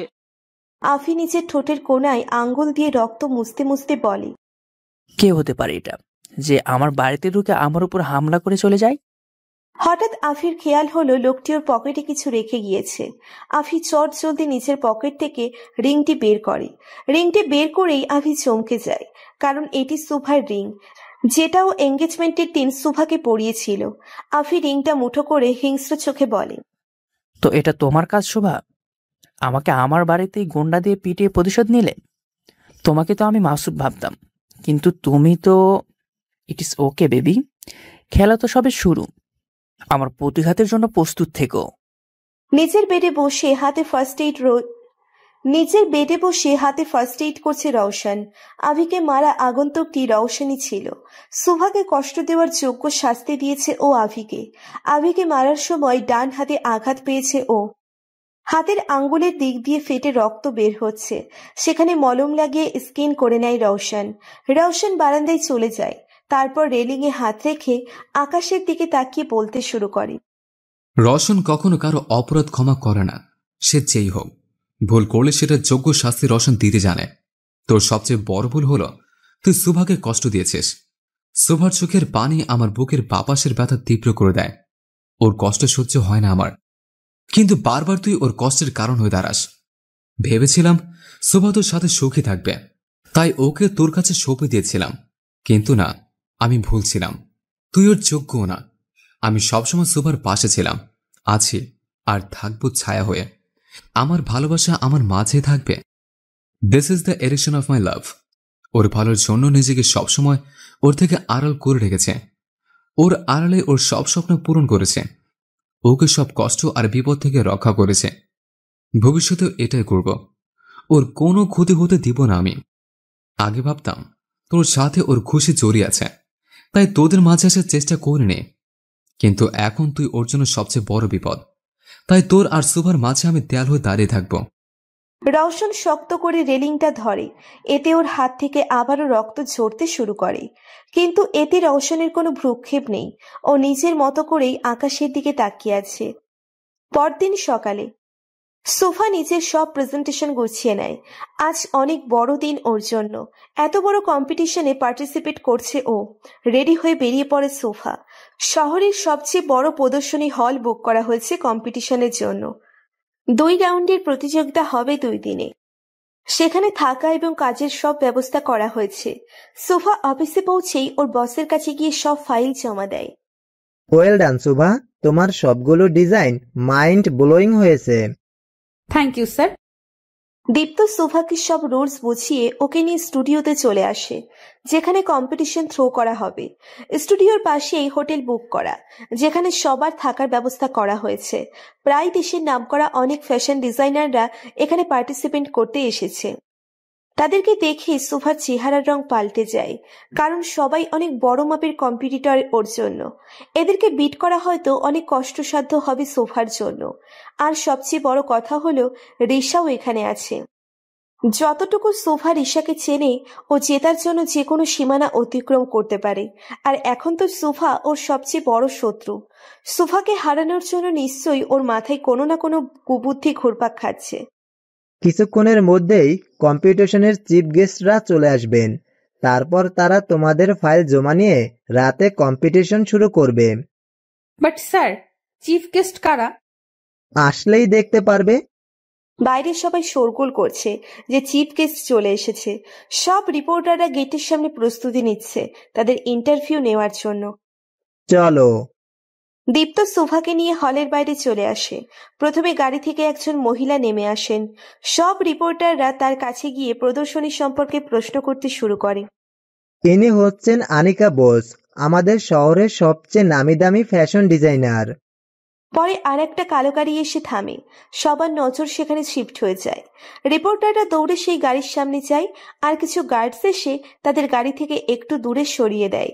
একজন গার্ড দরজা খুলে দিতেই বেরিয়ে আসেন চিফ গেস্ট। তাকে দেখে সোফা যেন 440 ভোল্টের ঝটকা খেল। মুখ থেকে অটোমেটিক্যালি একটা শব্দ বেরিয়ে আসলো, মিস্টার হ্যারোগ্যান। রওশন গাড়ি থেকে নেমেই নিজের প্যান্টের দুপকেটে হাত গুছে স্ট্রেট হয়ে দাঁড়ায়। রওশনের ডান হাতে এখনো সাদা ব্যান্ডেজ করা, ধূসর রঙের শার্ট আর সাদা কোট ও প্যান্ট, হাতে ধূসর রঙের বেল্টের ঘড়ি, কালো শুজ। রাতের বেলাতেও চোখে সানগ্লাস লাগানো রওশনের। সোফা রওশনের ব্যাপারে সবকিছু নিয়েই কনফিউজড থাকে। তার মধ্যে একটা হচ্ছে যে রওশন রাতের বেলাতেও অধিকাংশ সময় সানগ্লাস পরে থাকে। এটার কারণ সোফা জিজ্ঞেস করতে গিয়েও ভয়ে জিজ্ঞেস করতে পারে না। রাতেও সানগ্লাস পরা, এটা আবার কেমন স্টাইল বুঝতে পারে না সোফা। রওশনের গার্ডসরা দুদিক দিয়ে সবাইকে আটকে রেখেছে, যেন কেউ রওশনের কাছে যেতে না পারে। দূর থেকে রিপোর্টাররা প্রশ্ন ছুড়ে মারছে ওর উপর। রওশন কারো কোনো প্রশ্নের উত্তর না দিয়ে সোজা হলের দিকে হাঁটা ধরে। ওর পেছনে ওর কিছু গার্ডসরা আসছে। রওশন সোফাকে ক্রস করে ভেতরে চলে গেল। দেখেও না দেখার ভান করলো ও সোফার সাথে। রওশন রায়জাদা এই কোম্পানির চিফ গেস্ট? নো। তাহলে আর আমার যেতে লাগবে না, কারণ এনার সামনে গেলেই তো আমার হাত পা কাঁপে। কিন্তু কেন সেটাই জানি না। তার সামনে কথা বলতে গেলেও চোখে চোখ পড়লে আমার দম বন্ধ হয়ে আসে। আমি কিভাবে পার্টিসিপেট করব? রওশন চলে যেতেই সবাই এক এক করে ভেতরে চলে যায়। কাম সুবা, গেট প্রিপারেট ইয়োরসেলফ। জি। আনিকার অ্যাসিস্ট্যান্ট এসে সবার ফাইল নিয়ে যায়। সবাই তাদের ফাইল জমা দিয়ে দেয় তার কাছে। আপনাদের এক এক করে ডাকা হবে ক্যাবিনে। ফাইল নিয়ে যাওয়ার পর সবাইকে এক এক করে ডাক পাঠানো হয় প্রশ্ন করার জন্য। সোফার ডাক আসতেই ভয়ে ওর হাত পা কাঁপতে শুরু করে, আর নিজেকে বুঝিয়ে বলছে, বি স্ট্রং সুভা, তুই পারবি। সোফা বুকে ফু দিয়ে কেবিনে প্রবেশ করলো। রওশন নেই কেবিনে। এটা দেখে স্বস্তির নিঃশ্বাস নিল সোফা। কাম শুভা, বসো। জি। তোর প্রত্যেকটা ডিজাইন আউটস্ট্যান্ডিং হয়েছে। Thank you ma'am. আমি তোমাকে কম্পিটিশনের জন্য সিলেক্ট করছি। আজকে রাতে প্রথম রাউন্ড এবং কালকে last, so all the best. Sofa যেন আকাশের চাঁদ হাতে পেয়েছে। আনিকার সাথে হাত মিলিয়ে সোফা খুশি খুশি বেরিয়ে আসে কেবিন থেকে। বের হওয়ার সাথে সাথেই কারোর সাথে ধাক্কা লেগে পড়ে যেতে নাই সোফা, কিন্তু পড়ে যাওয়ার আগেই সামনের মানুষটি ওকে ধরে ফেলে আর টান দিয়ে নিচের বুকে এনে ফেলায়। সোফা আচমকা পড়ে যাওয়ায় ভয় পেয়ে যায় আর ব্যালেন্স রাখতে না পারায় সামনের মানুষটিকে জড়িয়ে ধরে। মানুষটির হার্টবিট গুনতে পারছে সোফা। মনে হচ্ছে এই হার্ট ওরই নাম নিচ্ছে। চেনা একটা পারফিউমের সুবাস নাকে আসছে সোফার। মানুষটি কে তা বুঝে ওঠার সাথে সাথেই সোফা ধর পড়িয়ে সরে যায়। ওর সামনে ওর যমরাজ অর্থাৎ রওশন দাঁড়িয়ে আছে। সোফাকে এভাবে সরে যেতে দেখে রওশন চোখ পাকিয়ে বলে, তুমি সারাক্ষণ এমন ধরফর অবস্থায় থাকো কেন বুঝি না। যেখানে সেখানে পড়ে যাওয়া, এটা কি তোমার হবির আওতায় পড়ে? এমন জিরাফের সাথে ধাক্কা লাগলে তো পড়বই। কিছু বললে? কই না তো, বলছিলাম আমার দেরি হয়ে যাচ্ছে, আমি আসি। সোফা রওশনকে সাইড কাটিয়ে চলে যেতে নিলেই রওশনের কথাই থমকে যায়। Shubha, all the best. Sofa অবাক চোখে তাকালো রওশনের দিকে। এই খারুশ রাইজাতা ওকে অল দ্য বেস্ট বলছে, ভাবা যায় এগুলা? রওশন সোফার দৃষ্টি উপেক্ষা করে বলতে শুরু করে, একটা কথা সবসময় মনে রাখবে, এটা প্রতিযোগিতা, আর প্রতিযোগিতায় কেউ কারো আপন হয় না। তোমার আশেপাশে যারা আছে সবাই জিতার জন্য এখানে এসেছে, তাই কারো উপর বিশ্বাস করে নিজের বিপদ টেনে এনো না। সবসময় কিন্তু তোমার সুরক্ষার জন্য আমি পাশে থাকবো না। তোমার নিজের সুরক্ষা তোমার নিজে করা শিখতে হবে। পরামর্শ তো ভালোই দিল এই খারুস রায়জাদা, কিন্তু শেষের কথাটা কি বলে গেল? ইনি নাকি সব সময় আমার রক্ষা করার জন্য আমার পাশে থাকে। কি মিথ্যুক লোক! একদিন শুধু এনার গাড়ির সামনে পড়েছি আর ইনি আমার হেল্প করেছেন নিজের বাড়িতে নিয়ে গিয়ে। কিন্তু যেভাবে ভাব দেখিয়ে বলে গেলেন কত বছর ধরে আমার পাশে থেকে আমাকে প্রোটেক্ট করেছে। সোফা রওশনের কথায় প্রতিবারই কনফিউজড হয়ে পড়ে। মাঝে মধ্যে রওশনকে একটা মিস্ট্রিয়াস ধাঁধার মতো লাগে সোফার কাছে। কম্পিটিশনের সময় হয়ে যাচ্ছে, তাই সোফা আর না ভেবে চলে আসে ওখান থেকে। সোফা স্টাফ রুমে এসে আফিকে দেখতে পায়। আফিকে দেখে সোফা কিছুটা ঘাবড়ে যায়, কারণ আফির মাথায় ব্যান্ডেজ করা, নাকে ছোট ব্যান্ডেজ, আরো কিছুটা ফুলে আছে। আভির এই অবস্থা কিভাবে হলো? আফি সোফাকে দেখে ওর দিকে এগিয়ে আসে। আভির চোখ লাল হয়ে আছে, এমন লাগছে সারা রাত ঘুমায়নি ও। আফি সোফার কাছে আসতেই সোফা পিছিয়ে যেতে নেয়। তখনই আফি সোফার হাত ধরে টান দিয়ে নিজের কাছে আনে। কি হয়েছে শোভা, এখন আমি কাছে আসলেই পিছিয়ে পড়ো কেন? নতুন কাউকে পেয়ে গেছো নাকি? আমি তোমার মতো না আভি, যদি হতাম তাহলে অবশ্যই নতুন কাউকে নিজের জীবনের সাথে জড়াতাম, কিন্তু তোমার কাছ থেকে যে ধোঁকা পেয়েছি তারপর থেকে পুরুষ নামক জাতিকে ঘৃণা করতে ইচ্ছে করে। এত মাসুম সেজো না শোভা, দেখে তো মনে হয় ভাজা মাছটা উল্টে খেতে জানো না, কিন্তু আমার পিঠ পিছনে কত কি করছো তার আন্দাজ আমার আছে। আভি লাগছে আমার, ছাড়ো। তা তোমার নতুন আশিকের নাম কি জানতে পারি? আফির কথায় সুভা অবাক চোখে ওর দিকে তাকালো। মানেটা খুব সোজা, তোমার নতুন আশিকটা কে, যাকে দিয়ে তুমি আমার এই অবস্থা করিয়েছো? একবার শুধু নামটা বলো শোভা, তারপর দেখো তোমার আশিকের আশিকি আমি কিভাবে শেষ করি। সুভা এক ঝটকায় নিজের হাত ছাড়িয়ে নিল আফির থেকে। পাগল হয়ে গিয়েছো তুমি আভি, আমি এরকম কিছুই করাইনি তোমার সাথে। রিয়েলি? তাহলে এটা ওই লোক পেল কি করে? আমার বাড়িতে ঢুকে আমাকেই মেরে আমার পকেটে রিংটা পরে দিয়ে গেছে। রিংটা কি হাঁটতে হাঁটতে তার কাছে চলে গিয়েছিল? এটা তো ও রওশনকে দিয়েছিল, তাহলে কি রওশন আফিকে মেরেছে? আর রওশন এমন কেনই বা করবে? আফি তো ওর ভাই হয়। এই মুহূর্তে আফিকে মিথ্যে বলতে হবে, না হলে ও রওশনের কোনো না কোনো ক্ষতি করে বসবে। ওদের দুজনের সমস্যায়ও ও রওশনকে জড়াতে চায় না। এই রিংটা আমি কাউকে দেইনি, তোমার সাথে ঝগড়া হওয়ায় আমি তখন রেগে এটা রাস্তায় ফেলে দিয়েছিলাম। সোফার কথায় আফি টাস্কি খায়, কারণ ও জানে সোফা কখনো মিথ্যে বলে না। তাহলে ওর নতুন শত্রু উদয় হলো কোত্থেকে? তুমি সত্যি বলছো শোভা? সত্যি কি তুমি তাকে চেনো না? আমি মিথ্যা কথা বলি না, এতদিনেও আমাকে চিনতে পারলে না? আই এম সরি শুভ। শুভাকে জড়িয়ে ধরতে আসলেই শুভা পিছিয়ে যায়। I don't need your sorry. তুমি এখান থেকে চলে গেলে আমি খুশি হব। ঠিক আছে, চলে যাচ্ছি, কিন্তু আমি তোমার আশেপাশেই আছি। All the best baby. Avi চলে যেতেই শুভা চিন্তায় পড়ে যায়। রওশন এমনটা কেন করবে ভেবে পাচ্ছে না ও। যেভাবেই হোক রওশনের সাথে দেখা করে ওর সব প্রশ্নের উত্তর নিতে হবে।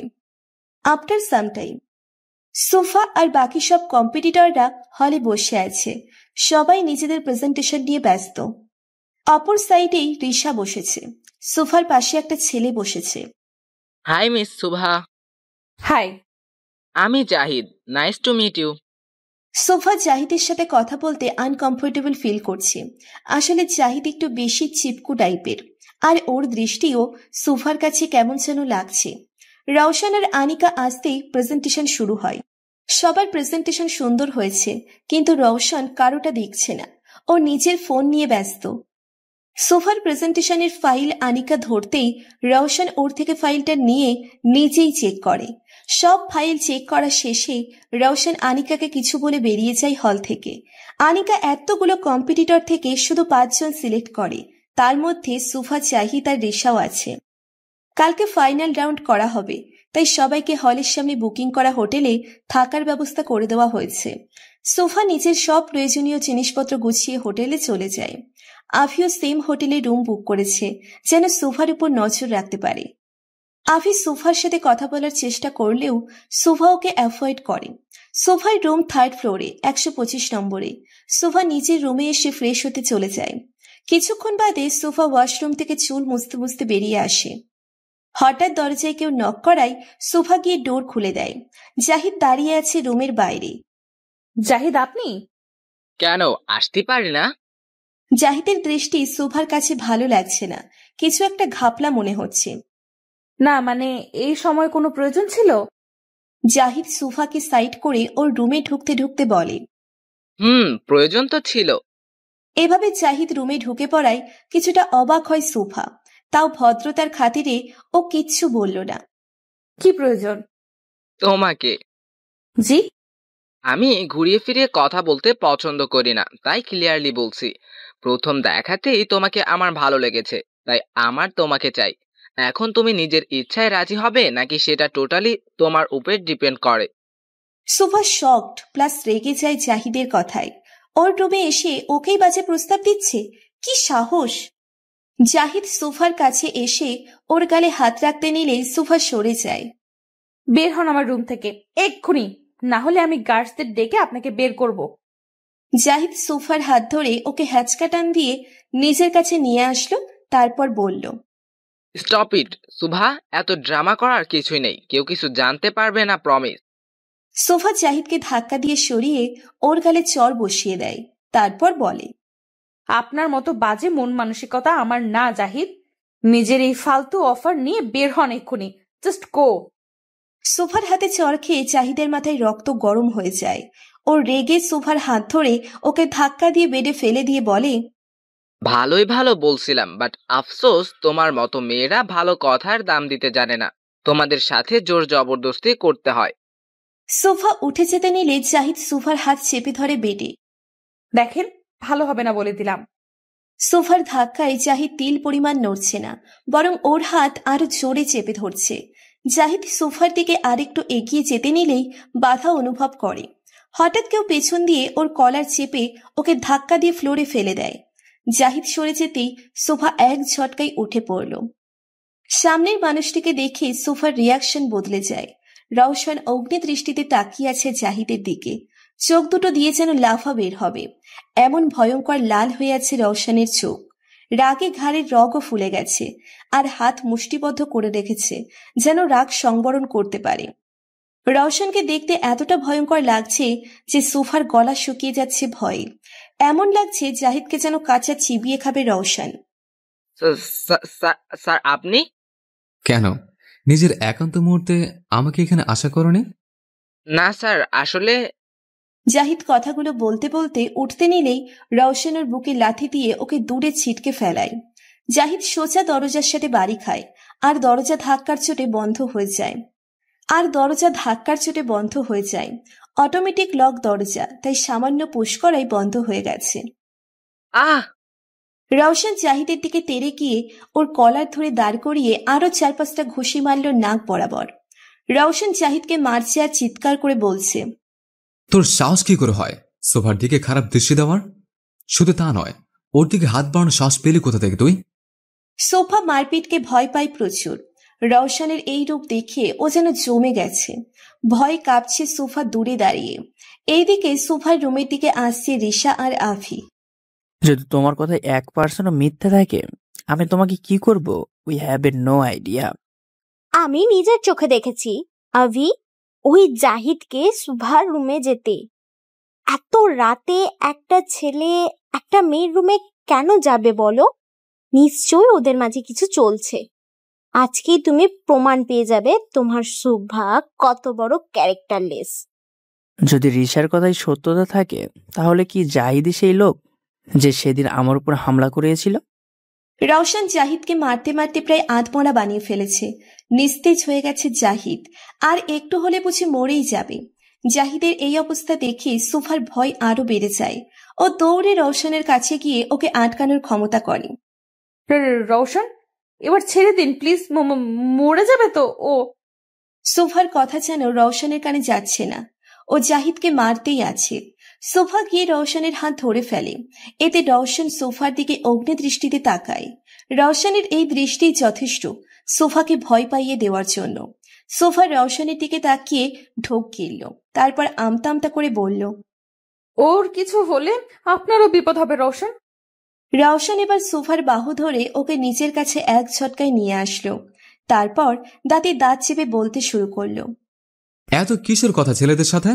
ফলো দেখেছিলাম এই ছেলের সাথে কতটা ক্লোজলি বসেছিলে, তুমি কথা বলছিলে। বাহ! আমি বুঝতে পারিনি এই লোকটা এমন হবে। রওশন সোফাকে নিজের বুকের মাঝে জড়িয়ে ধরল শক্ত করে। সোফা রওশনের বুকে মুখ গুজে কান্না করছে। এই মুহূর্তে এই জায়গাটা ওর কাছে সবচেয়ে নিরাপদ মনে হচ্ছে। কেন বুঝো না শোভা? আমি সবসময় তোমার পাশে থাকতে পারবো না, আমাকে যে চলে যেতে হবে। তাই তোমাকে স্ট্রং হতে হবে শোভা। নিজের প্রোটেকশন নিজেকে করা শিখতে হবে। আমার অস্তিত্ব তোমার জীবনে ক্ষণিকের, কিন্তু তোমার এখনো পুরো জীবন পড়ে আছে দুনিয়াটাকে নতুন করে দেখার জন্য। হঠাৎ দরজায় নক পড়ে, আর সোফা আর রওশন দরজার দিকে তাকায়। এক নাগারে কে যেন দরজায় ধাক্কা দিচ্ছে। সোফা রওশনের থেকে সরে গিয়ে বলতে শুরু করলো, ওহ নো, এই সময় আবার কে আসলো? রওশন গিয়ে দরজা খুলতে নিলেই সোফা ওকে বাধা দিয়ে বলতে শুরু করে, আপনি পাগল রওশন? আপনাকে এত রাতে আমার রুমে দেখলে সবাই কিভাবে বুঝতে পারছেন? যা ভাবার ভাবো, I don't care. But I do care. আপনি কম্পিটিশনের চিফ, আর আর আপনাকে আমার সাথে রুমে দেখলে আপনার বদনাম হবে। আপনি লুকান প্লিজ। হোয়াট? আমি লুকাবো? মাথা ঠিক আছে তোমার? হ্যাঁ ঠিক আছে, আপনি ওয়াশরুমে যান। না না, খাটের নিচে, না না আলমারিতে। হ্যাঁ, আলমারি বেস্ট হবে, আপনি ওখানে লুকান। রওশন রাইজাতে কারো ভয় লুকায় না। আমি কোথাও যাব না।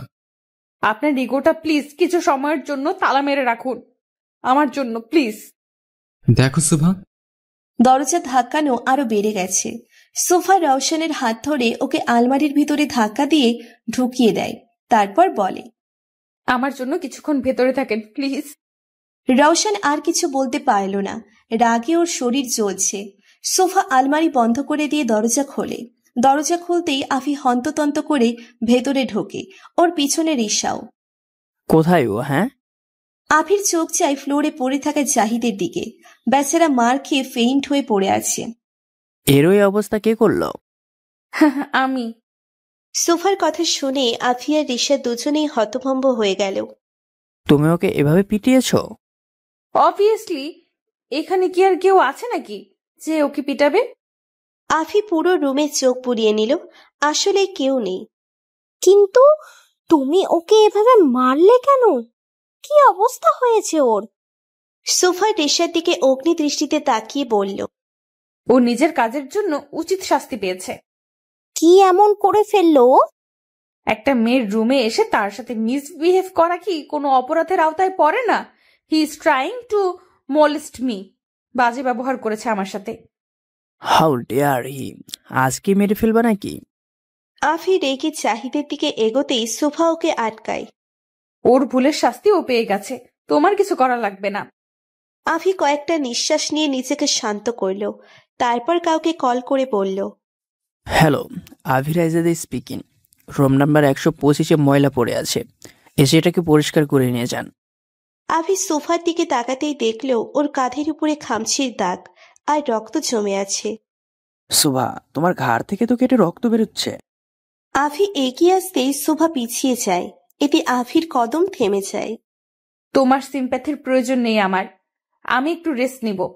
আমার রুম থেকে বের হলে আমি খুশি হতাম। সোফার কথায় আফি রাগ দেখিয়ে বেডে পা দিয়ে বাড়ি মারল। রিশা ভয়ে কেঁপে উঠল আফির কাছে। দুইটা গার্ড এসে জাহিদকে উঠিয়ে নিয়ে গেল। আফি রিশার দিকে রাগী দৃষ্টিতে তাকিয়ে হনহন করে রুম থেকে বের হয়ে গেল। রিশা এখনো কনফিউজড হয়ে দাঁড়িয়ে আছে, কারণ ওর জানা মনে সোফা এতটা সাহসী না যে কাউকে এভাবে পেটাবে। তাহলে কে সোফাকে হেল্প করেছে সেটা ভেবে পাচ্ছে না রিশা। তুমি কি এভাবেই দাঁড়িয়ে থাকবে নাকি জাহিদের মতো গার্ডস এনে তোমাকে পাঠাতে হবে? সোফার কথায় রিশা ওর দিকে রাগী ভাবে তাকিয়ে একবার রুমে চোখ বুলিয়ে বের হয়ে যায়। রিশা চলে যেতেই সোফা দ্রুত দরজা লাগিয়ে স্বস্তির নিঃশ্বাস নিল। বড় জোর বাঁচলাম। হঠাৎ রওশনের কথা মনে পড়ে গেল সোফার। ও তো রওশনকে আলমারি থেকে লক করে রেখেছিল। সোফা দৌড়ে গিয়ে আলমারি খুলল।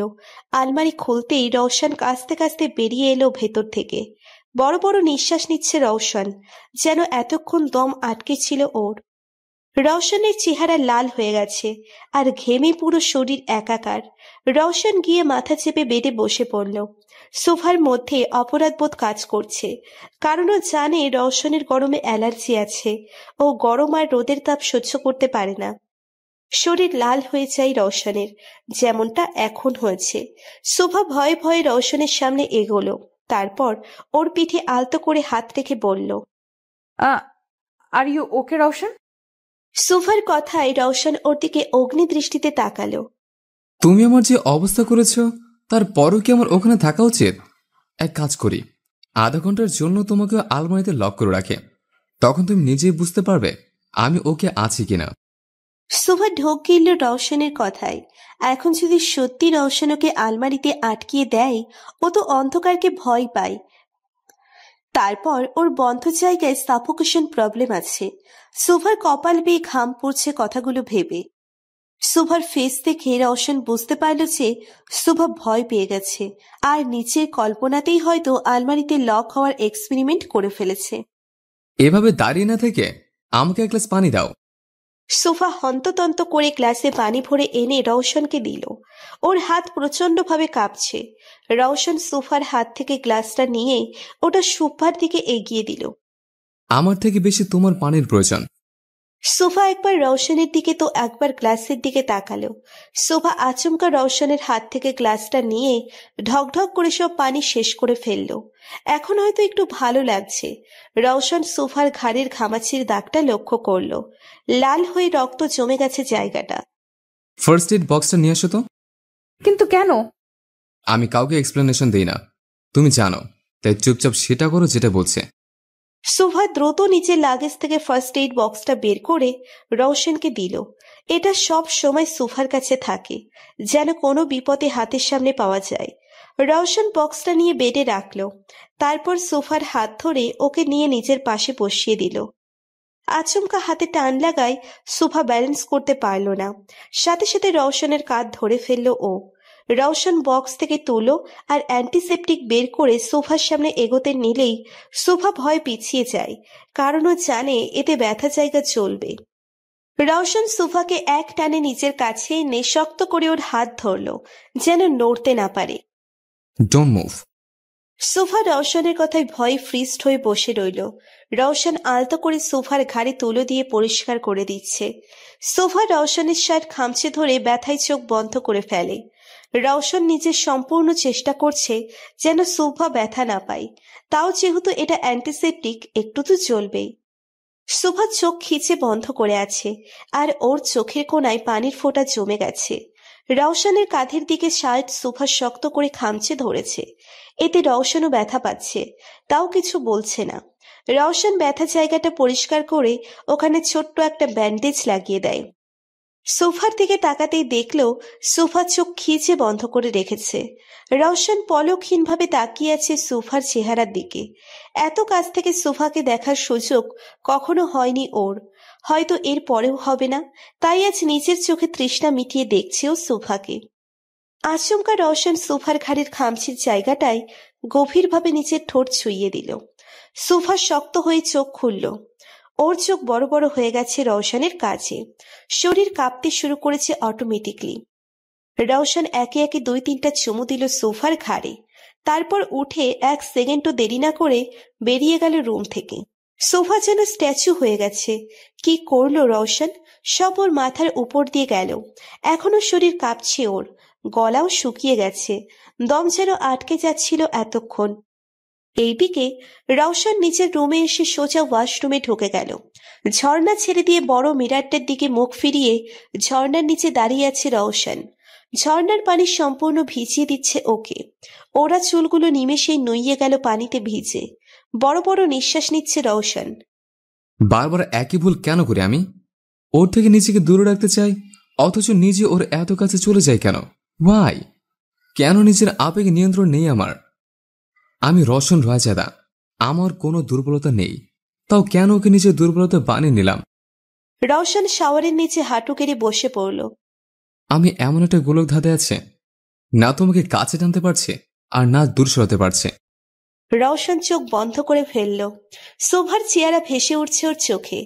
রওশন চোখ খুলে নিজের শার্টের পকেটে হাত দিয়ে একটা ঝুমকা বের করলো। সিলভার কালারের মধ্যে বড় সাদা পাথরের ঝুমকো। রওশন ঝুমকোটাকে নিজের সামনে ধরে বলতে শুরু করলো, আমাদের গল্পটা তো অনেক আগেই শুরু হয়েছিল, কিন্তু আফসোস আমি এই গল্পটা শেষ নিজের মতো করে করতে পারবো না। তোমার হৃদয়ে আমি থাকি বা না থাকি শোভা, আমার হৃদয়ের সবটা জুড়ে শুধু তুমিই ছিলে, আর আছো, আর থাকবে। রওশন চোখ বন্ধ করে ঝুমকোটায় নিজের ঠোঁট ছোঁয়ালো। এইদিকে শোভা নিচের রুমের জানালার বাইরে তাকিয়ে আছে। রওশনকে কেন ওর কাছে ভিন্ন লাগে তাই আজও বুঝতে পারল না শোভা। রওশনের ওর কাছে আসলে যে অনুভূতিটাই হয়, কেন সেটা আবির সময় হয় না ভেবে পাচ্ছি না ও। আমি কেন দ্বিধায় পড়ে যাচ্ছি? কি এমন কানেকশন আছে আমার আর রওশনের মধ্যে যা আমাকে ওনার দিকে এতটা টানে? আমি নতুন করে কাউকে ভালোবাসতে চাই না কাউকে নিজের জীবনে, তবুও কেন এই অনুভূতি? পরদিন নেক্সট রাউন্ড হলো ফাইনাল রাউন্ড। এই রাউন্ডে সবাই নিজেদের ডিজাইন করা ড্রেস এবং জুয়েলারি পরে এক্সিবিশনে পার্টিসিপেট করবে। জাহিদকে কম্পিটিশন থেকে আউট করে দেওয়া হয়েছে, তাই সোফা আর রিশা সহ মোট 4 জন কম্পিটিটর আছে। সবাইকে ট্রাইং রুমে নিজেদের প্রিপারেশন করার জন্য সময় দেওয়া হয়েছে। সোফা নিজের ডিজাইন করা ড্রেস ভালো করে চেক করে নিজের কাবার্ডে রেখে দিয়েছে। সন্ধ্যার পর কম্পিটিশন, তাই এখন বসে ও অফিসের কিছু কাগজপত্র চেক করছে। কালো শার্ট, ব্লু ব্লেজার, কালো প্যান্ট, হাতে কালো বেল্টের ঘড়ি, কালো শুজ, চুলগুলো জেল দিয়ে সেট করে রেডি হয়ে নিজেকে আয়নায় দেখে নিচ্ছে রওশন। সব ঠিক আছে, শুধু একটা জিনিস মিসিং। রওশন একটা কালো আর ব্লু কম্বিনেশনের টাই বের করে সুন্দর করে সেটা পরে ফেলল। Now it's perfect. Roshan bed থেকে ওর ফাইলগুলো নিয়ে বের হয়ে গেল সেটের উদ্দেশ্যে। সোফা নিচের সব জিনিসপত্র গুছিয়ে নিয়েছে রেডি হওয়ার জন্য, কিন্তু কিছু একটা মিসিং লাগছে ওর কাছে। আরে ইয়াররিং তো আমার রুমেই রয়ে গিয়েছে। কম্পিটিশন শুরু হতে সময় আছে, গিয়ে নিয়ে আসি। সোফা ওর ক্যাবিনেট থেকে বেরিয়ে যায়। সোফা বের হতেই রিশা আড়াল থেকে বেরিয়ে সোফার ক্যাবিনেটে ঢুকে পড়ে। সোফার ড্রেস সোফার উপরে রাখা। রিশা গিয়ে সোফার ড্রেস নিজের হাতে তুলে নেয়। আমাকে হারিয়ে কম্পিটিশন জেতার অনেক শখ তোমার, তাই না শুভা? আজকে তোমার এমন হাল হবে যে কম্পিটিশন তো দূরে থাক, কাউকে নিজের মুখ দেখানোর লায়ক থাকবে না তুমি। রিশা একটা ব্লেন্ড দিয়ে সোফার গাউনের চেনের কিনারের সুতোগুলো তুলে দেয়, যেন গাউন পরার পর ওর গাউনের চেন খুলে যায়। কাজ শেষ হতেই সোফার ড্রেস জায়গা মতো রেখে রুম থেকে বেরিয়ে যায় রিশা। সোফা রুমে আসতেই দেখে ওর ক্যাবিনেটের দরজা খোলা। কেমন একটা খটকা লেগে যায় ওর। তারপরেও ব্যাপারটা গ্রাহ্য না করে সোফা রেডি হতে শুরু করে। কিছুক্ষণ পরে নীল রঙের স্লিভলেস হাতার গাউন অসম্ভব সুন্দর করে ডিজাইন করেছে সোফা।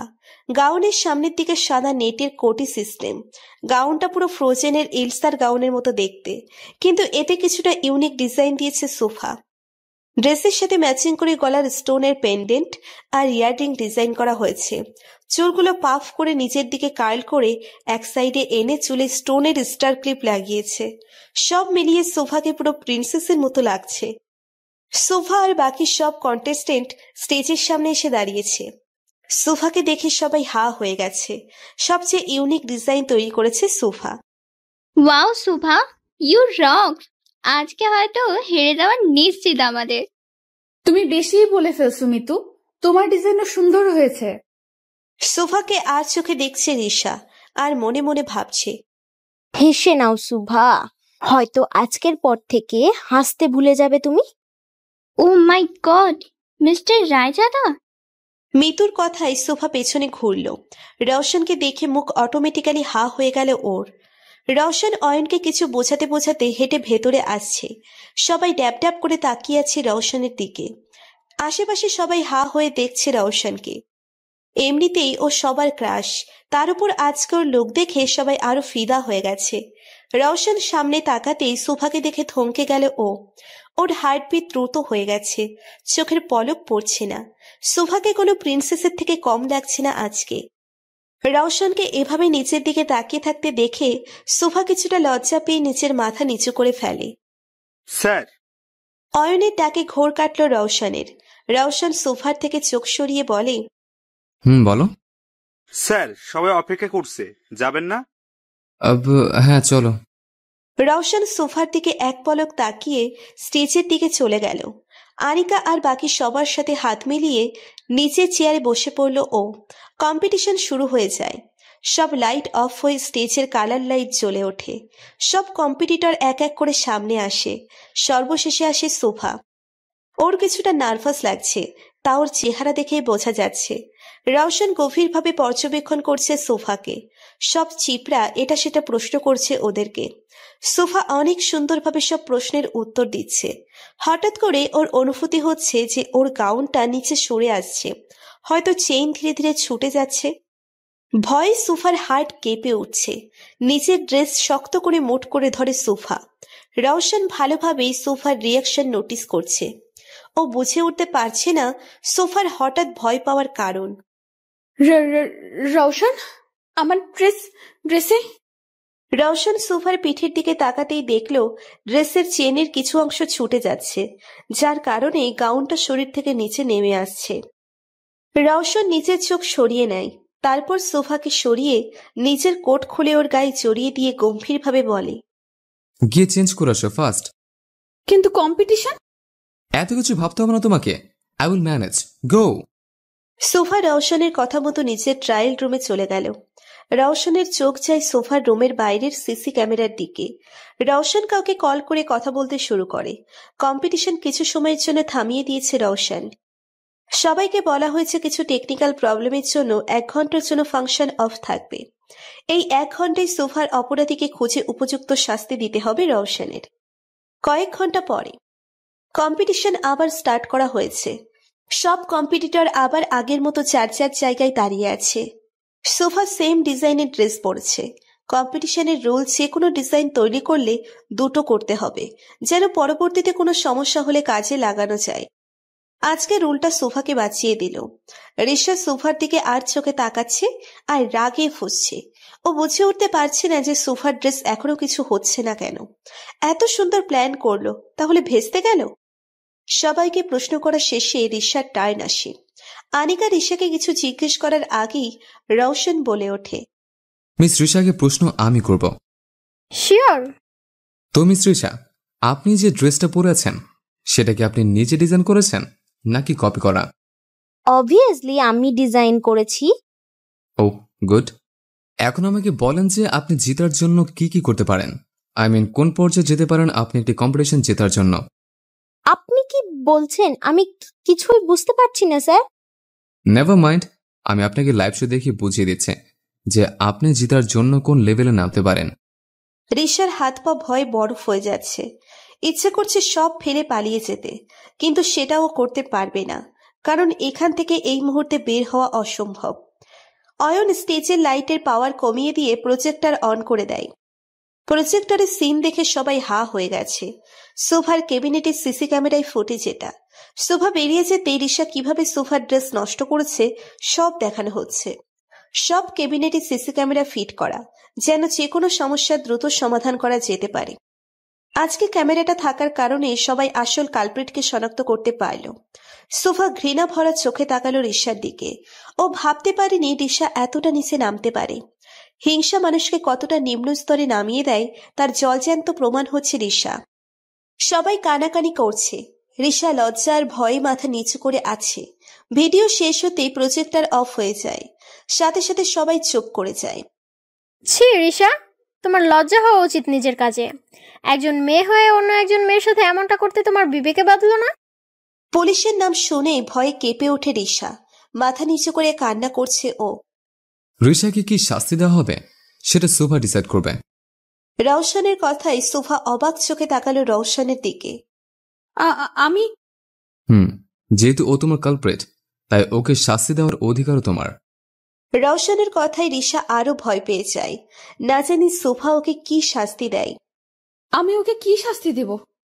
ঠিক আছে, তোমাকে কিছু করতে হবে না, যা করার আমিই করব, যেহেতু এটা আমার কোম্পানির ব্যাপার। সোফা রওশনের চাহনিতে ভয় পেয়ে যায়। ভয় ঢোকিয়েছে সোফা। ওর গলা শুকিয়ে যাচ্ছে। না জানি রওশন ওকেই শাস্তি দিয়ে বসে। ইন্সপেক্টর, কয়েকজন পুলিশ আসে সেটে। রওশন তাদের উদ্দেশ্য করে বলে, নিয়ে যান একে, এর ব্যবস্থা আমি পরে করছি। I am really sorry sir, এরকম ভুল আর কখনো হবে না। শুভা, আই এম সরি দোস্ত, প্লিজ এদের থামা। আমি তো তোর বন্ধু হই, তুই আমার সাথে এমনটা করতে পারিস না, প্লিজ স্টপ দেম। শোভার ইচ্ছে করছে রিশাকে পুলিশ থেকে ছাড়িয়ে দিতে, কিন্তু রওশনের অগ্নি দৃষ্টির দিকে তাকিয়ে সব সাহস হাওয়া হয়ে যায় ওর। রওশনের চোখ এতটা লাল হয়ে আছে যেন এখানেই ও রিশাকে মর্গানে পাঠিয়ে দেবে। রওশন রাজাদের ডিকশনারিতে ক্ষমা বলতে কোনো শব্দ নেই, নিয়ে যান ওকে। রিশাকে নিয়ে যাওয়া হলো। রিশাকে নিয়ে যেতেই কম্পিটিশন আবার শুরু করা হয়। যেহেতু সোফার ডিজাইন সবচেয়ে ভালো ছিল, ওকেই প্রাইজ দেওয়া হয়। কিন্তু এই মুহূর্তে সোফার কম্পিটিশন জেতার খুশির থেকে বেশি রওশনকে নিয়ে ভয় হচ্ছে। আল্লাহ জানে ওর কপালে কি আছে। রওশন যে পরিমাণ রেগে আছে ওর উপর। সবাই সোফাকে শুভেচ্ছা দিচ্ছে, কিন্তু সোফার চোখ আশেপাশে শুধু রওশনকে খুঁজছে। সবাইকে সাইড করে সোফা রওশনকে খুঁজতে বেরিয়ে যায়। পুরো হল খুঁজেও রওশনকে পেল না ও। সোফা ভাবছে হয়তো রওশনের রুমে আছে, তাই সোফা রওশনের রুমে চলে আসে। রওশনের রুমের বাইরে দাঁড়িয়ে আছে সোফা। বুকে থুতু দিয়ে দরজা নক করলো ও। 2-3 বার দরজা নক করার পর কেউ দরজা খুলল আর আচমকা সোফার হাত টেনে ভেতরে নিয়ে গিয়ে দরজা লক করে দিল। সোফা কিছু বুঝে ওঠার আগেই রওশন সোফার ঠোঁট নিচের ঠোঁটে বসিয়ে দেয়। সোফা চোখ বড় বড় করে তাকালো রওশনের দিকে। এমনটা হবে ও কিছুতেই আশা করেনি। রওশন সোফার কোমর জড়িয়ে ওকে নিজের সাথে মিশিয়ে নেয়। সোফা চাইতেও রওশনকে দূরে সরাতে পারছে না। কোথাও একটা বাধা পড়ছে ও। রওশন সোফাকে ছেড়ে ওর কপালের সাথে কপাল ঠেকিয়ে নাকে নাক লাগিয়ে জোরে জোরে নিঃশ্বাস নিচ্ছে। সোফা এখনো ফ্রিজড হয়ে আছে। ওর জন্য এটা ওর ফার্স্ট কিস, তাও রওশনকে। সোফার তো স্ট্রোক করার অবস্থা। এই রওশন রায়জাদা আমার ফার্স্ট কিস নিয়ে নিল। রওশন চোখ খুলে সোফার দিকে অগ্নি দৃষ্টিতে তাকিয়ে বলতে শুরু করলো, কেন রাগ তুলো তুমি? হ্যাঁ, যখন বলেছিলাম ঋষাকে নিজের মতো করে শাস্তি দিতে, তখন কেন নিজের পা পিছিয়ে নিলে? তোমার উচিত ছিল ওকে সবার সামনে ঠাটিয়ে কয়েকটা চড় মারার। ও যেটা করেছে সেটা ক্ষমার অযোগ্য অপরাধ। যদি আমি সময় মতো কিছু না করতাম তাহলে কি হতো? Do you have any idea? রওশনের চিল্লানোতেই সোফার প্রাণ পাখি উড়ে যাওয়ার উপক্রম। বেচারি কাছুমাছু হয়ে সরে যেতে নিলেই রওশন ওর হাত ধরে নিচের কাছে টেনে নেয়। রওশনের মুখ একদম সোফার কাছাকাছি, এতটা কাছে যে সোফা আর রওশন দুজনের নিঃশ্বাস একে অপরের মুখে আছড়ে পড়ছে। সোফার তো ভয়ে গলা শুকিয়ে আসছে। বেচারি পারে না এখনই কেঁদে দেয়, কিন্তু রওশনের রক্তিম চোখ দেখে কান্না করতেও ভয় পাচ্ছে ও। তুমি কেন বুঝো না শোভা? সবাই তোমার মতো না। আমাদের আশেপাশে মানুষ নিজেদের স্বার্থ সিদ্ধির জন্য আমাদের ক্ষতি করতে দ্বিধাবোধ করে না। আজকে তুমি নিজে তার প্রমাণ পেয়ে গেছ। সোফা নিজের মাথা নিচু করে ফেলল। কি বলবে ও? আসলেই তো ওর নিজের বন্ধু একটা সামান্য কম্পিটিশন জেতার জন্য ওর সাথে এরম বাজে বাজ করেছে। সোফার কোনো জবাব না পেয়ে রওশন ওকে ছেড়ে দূরে সরে দাঁড়ালো। রওশন সরে যেতেই সোফা যেন হাঁপ ছেড়ে বাঁচল। এতক্ষণ মনে হচ্ছিল যেন ওর দম বন্ধ হয়ে আসছে। রওশন বাম হাতের 2 আঙ্গুল দিয়ে কপালের সাইড ঘষছে, হয়তো নিজের রাগ কন্ট্রোল করার চেষ্টা করছে। সোফা আর চোখে রওশনের দিকে তাকিয়ে মনে মনে বলতে শুরু করে, যান বাঁচাতে হলে মানে কেটে পড় এখান থেকে সুভা। এই রওশন রায়জাদা আজকে নিশ্চয়ই পাগল হয়ে গেছে, আর এখন তোকেও পাগল করে পাবনা পাঠানোর ব্যবস্থা করছে। আমি কি তোমাকে যেতে বলেছি? না না তাহলে যাচ্ছ কেন? না মানে আমি আমার রুমে। রওশন ওর বেডে বসে সোফাকে বলে, কাম হিয়ার। কি? সামনে আসতে বলেছে, পিছনে যেতে না। রওশনের ধমক শুনে সোফা এক ঝটকায় রওশনের সামনে এসে দাঁড়ায়। বসো। সোফা বাধ্য মেয়ের মতো রওশনের পাশে বসে পড়ল, কিন্তু একটু ডিস্টেন্স রেখে। রওশন আচমকা সোফার কোলে মাথা রেখে শুয়ে পড়ল। সোফা তো ফুল শকড রওশনের কাজে। মাথাটা টিপে দাও, আমি ঘুমাবো। কি? কি না, জি, ডু ইট ফার্স্ট। তোমার কারণে মাথা ব্যথা উঠেছে, তাই ব্যথা দূর করার দায়িত্ব তোমার। সোফার তো পুরো শরীর কাঁপছে। রওশন ওর কোলে মুখ গুজে চোখ বন্ধ করে আছে। একে তো আমার কোলে মাথা রেখে শুয়ে আছে, তার উপর বলছে মাথা টিপে দিতে। মগের মূল্য পেয়েছে নাকি? ইচ্ছে করছে মাথা না গলা টিপে দিই। আমি কিছু বলেছি? সোফা ভয়ে ভয়ে রওশনের মাথায় হাত রেখে আলতো করে টিপে দিতে লাগলো। রওশন সোফার কোমর জড়িয়ে ধরে আরো গভীরভাবে ওর কোলে মুখ গুজে দিল। সোফার হার্ট বেরিয়ে যাওয়ার উপক্রম, হাতও থরথর করে কাঁপছে ওর। আমি ঘুমিয়ে পড়লেও আমার পারমিশন ছাড়া রুম থেকে বের হবে না। হ্যাঁ। গুড গার্ল, এখন সুন্দর করে আমার মাথাটা টিপে দাও। দিচ্ছি তো। রওশন চোখ বন্ধ করে মুচকি হেসে সোফার হাতের স্পর্শ অনুভব করছে, আর সোফা মনে মনে রওশনের 14 গোষ্ঠী উদ্ধার করছে। কিছুক্ষণ বাদে সোফা খেয়াল করলো রওশনের কোনো রেসপন্স আসছে না, হয়তো ঘুমিয়ে পড়েছে তাই। সোফা খুব সাবধানে পাশ থেকে একটা বালিশ নিয়ে রওশনের মাথার নিচে রেখে দিয়ে নিচে উঠে পড়ল। তারপর রওশনের উপর ব্ল্যাঙ্কেট টেনে দিল ভালো করে। হঠাৎ সোফার চোখ যায় রওশনের উপর। রওশনের ঠোঁটের কিনারায় লিপস্টিক লেগে আছে। সোফা হেসে দেয় রওশনকে দেখে। তারপর টেবিল থেকে টিস্যু নিয়ে ওর পাশে বসে পড়ল সোফা। খুব যত্ন সহকারে রওশনের ঠোঁট থেকে লিপস্টিক তুলে দিচ্ছে ও। ঘুমন্ত রওশনের দিকে তাকিয়ে পলক পড়ছে না সোফার, এতটা অদ্ভুত সুন্দর লাগছে তাকে। একদম বাচ্চাদের মতো ঠোঁট ফুটিয়ে ঘুমিয়ে আছে রওশন। ওকে দেখে কেউ বলবে না যে সারাদিন ও ফুল অ্যাটিটিউড আর অ্যাংরি মুডে থাকে। যার নিকনেম সোফা মিস্টার অ্যারোগেন্ট দিয়েছে, সে বাচ্চাদের মতো ঘুমায়। কথাগুলো ভেবে আনমনে হেসে ফেলল সোফা। রওশনের ঘুমন্ত অবস্থায় ছবি তোলার জন্য ফোন খুঁজতেই সোফার খেয়াল হলো রওশন যখন ওকে টান দিয়েছিল ওর পার্স দরজার সামনে পড়ে গিয়েছিল। সোফা উঠে ওর ব্যাগ থেকে ফোন বের করে রওশনের কয়েকটা ছবি তুলে নিল। বা মিস্টার অ্যারোগেন্টের ছবিগুলো তো পুরোই মিস্টার কিউটের ডিব্বার মতো হয়েছে।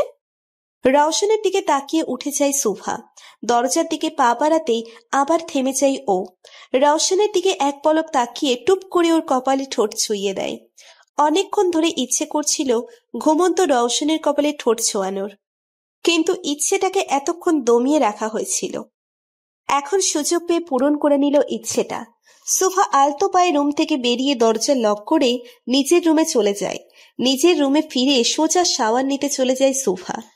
শাওয়ার নিয়ে এসে খাটে আধশোয়া হয়ে রওশনের ছবিগুলো দেখতে দেখতে ঘুমিয়ে পড়ে ও। পরদিন সকালে রওশন আড়ামোড়া ভেঙে বেড থেকে উঠতেই দেখল ওর মাথার নিচে বালিশ আর সোফা গায়ে। রওশন পুরো রুম চোখ বুলিয়ে দেখে নিল, কিন্তু সোফা নেই। আমি বলেছিলাম আমার পারমিশন ছাড়া রুম থেকে বের না হতে, তাও আমাকে ওভারটেক করে তুমি চলে গেলে সুভা। এটা ঠিক করলে না তুমি। কিন্তু বলতে হবে তোমার হাতে জাদু আছে, শুধু হাতে না ঠোঁটেও। রওশন উঠে ড্রেসিং টেবিলের সামনে থেকে ওর শ্যাম্পুর বোতল নিতে গিয়ে ওর চোখ আয়নায় যায়। আয়নায় নিজেকে দেখে চোখ বড় বড় হয়ে যায় রওশনের। ওর কপালে লিপস্টিক দিয়ে ঠোঁটের চিহ্ন হয়ে আছে। বাহ সুভা, তুমি তো দেখি আমার থেকে ফাস্ট। আমাকে ঘুমন্ত পেয়ে আর কি কি করেছ? রিসেপশনে জিজ্ঞেস করার পর রওশন জানতে পারে সুফা সকাল সকাল ফিরে গিয়েছে। অয়নকে দিয়ে ইনফরমেশন নেওয়ার পর অয়ন বলল সোফা হোটেল থেকে ডাইরেক্ট ওর এনজিওতে গিয়েছে। রওশন দেরি না করে গাড়ি নিয়ে সোফার এনজিও এর উদ্দেশ্যে বেরিয়ে যায়। রওশন সামনের সুপার মার্কেট থেকে বাচ্চাদের জন্য চকলেট আর কিছু টয়স নিয়ে নেয়। এনজিওতে পৌঁছেই রওশন ওর গাড়ি পার্ক করে ওয়াচম্যানকে নিয়ে সব জিনিস ভেতরে পাঠায়। এনজিও এর কেয়ারটেকার থেকে রওশন জানতে পারল যে সোফা পেছনের লনে বাচ্চাদের সাথে খেলা করছে। কানামাছি খেলছে সোফা বাচ্চাদের সাথে। ওর চোখ কাপড় দিয়ে বাঁধা আর বাচ্চারা আশেপাশে ছড়িয়ে ছিটিয়ে আছে। সবার চেহারায় হাসি। সোফা বাচ্চাদের ধরার চেষ্টা করতেই তারা সরে যাচ্ছে। রওশন বাগানে এসে দেখে সোফা বাচ্চাদের সাথে খেলা করছে। সোফার চোখে পট্টি বাঁধা, ঠোঁটে হাসি আর চুলগুলো এলোমেলো ভাবে উড়ছে। রওশন ধীর পায়ে এগিয়ে আসলো সোফার দিকে। রওশনকে দেখে বাচ্চাগুলো দুষ্টু হেসে দূরে সরে দাঁড়ায়। রওশন সোফার কাছে আসতেই সোফা ওকে জড়িয়ে ধরে লাফিয়ে ওঠে। ইয়ে, আমি জিতে গেছি। সব বাচ্চারা হেসে দেয় সোফার কাণ্ডে। রওশনও মুচকি মুচকি হাসছে। হঠাৎ সোফা বুঝতে পারল যাকে ও ছড়িয়ে ধরেছে সে কোনো বাচ্চা না, কারণ কোনো বাচ্চার শরীর এতটা শক্ত হয় না আর না এতটা লম্বা। বাচ্চা এনজিওতে আছে। সোফা নিচের চোখের পট্টি খুলে রওশনকে দেখে 880 ভোল্টের শক খায়। এক ঝটকায় ও রওশন থেকে দূরে সরে দাঁড়ায়। আমি ভাবলাম ওরা হবে। রওশন কিছু বলতে যেও বাচ্চাদের দেখে থেমে যায়। তারপর সুভাকে ক্রস করে বাচ্চাদের কাছে গিয়ে হাঁটু করে বসে ওদের বলে, হাই, আম রওশন, তোমাদের সুভা আপের ফ্রেন্ড। বাচ্চাগুলো রওশনের কথায় নিজেদের জড়তা কাটিয়ে তাদের নাম বলতে শুরু করে। আপনি সুভা আপের ফ্রেন্ড? তার মানে আমাদেরও? ইয়েস। আপনি খেলবেন আমাদের সাথে? সুভা ইশারা করে বাচ্চাদের না বলছে, তাও তারা কথা শুনছে না। রওশন সোফার দিকে তাকাতেই দেখে সুভা ইশারা করে বাচ্চাদের না বলছে। রওশন সোফার দিকে রাগী দৃষ্টিতে তাকাতেই সুভা যেন ভয়ে জমে যায়। রওশন মোনার গাল টেনে বলল, অবভিয়াসলি খেলবো, কিন্তু তোমাদের সুভা আপেরও খেলতে হবে আমাদের সাথে। সুভা জোর করে হাসার চেষ্টা করে মাথা ঝাঁকিয়ে হ্যাঁ বলল। ওকে দেন, আমিও খেলবো। সবাই ইয়েহ বলে রওশনকে জড়িয়ে ধরে। রওশন টাল সামলাতে না পেরে সবাইকে নিয়ে পড়ে যায়। সুভা আর বাকি বাচ্চারা ভয়ে শেষ, যদি রওশন এখন রেগে কিছু করে বসে। কিন্তু সবাইকে অবাক করে দিয়ে রওশন হেসে দিল, ওর সাথে বাকি বাচ্চারাও। গোলু রওশনের চোখে পট্টি বেঁধে দিয়ে খেলা শুরু করলো। রওশন বাচ্চাদের সাথে নিজেও বাচ্চা হয়ে গেছে। সুভা খেলা বাদ দিয়ে শুধু রওশনকে দেখছে, খুব গভীরভাবে পর্যবেক্ষণ করছে ও রওশনকে।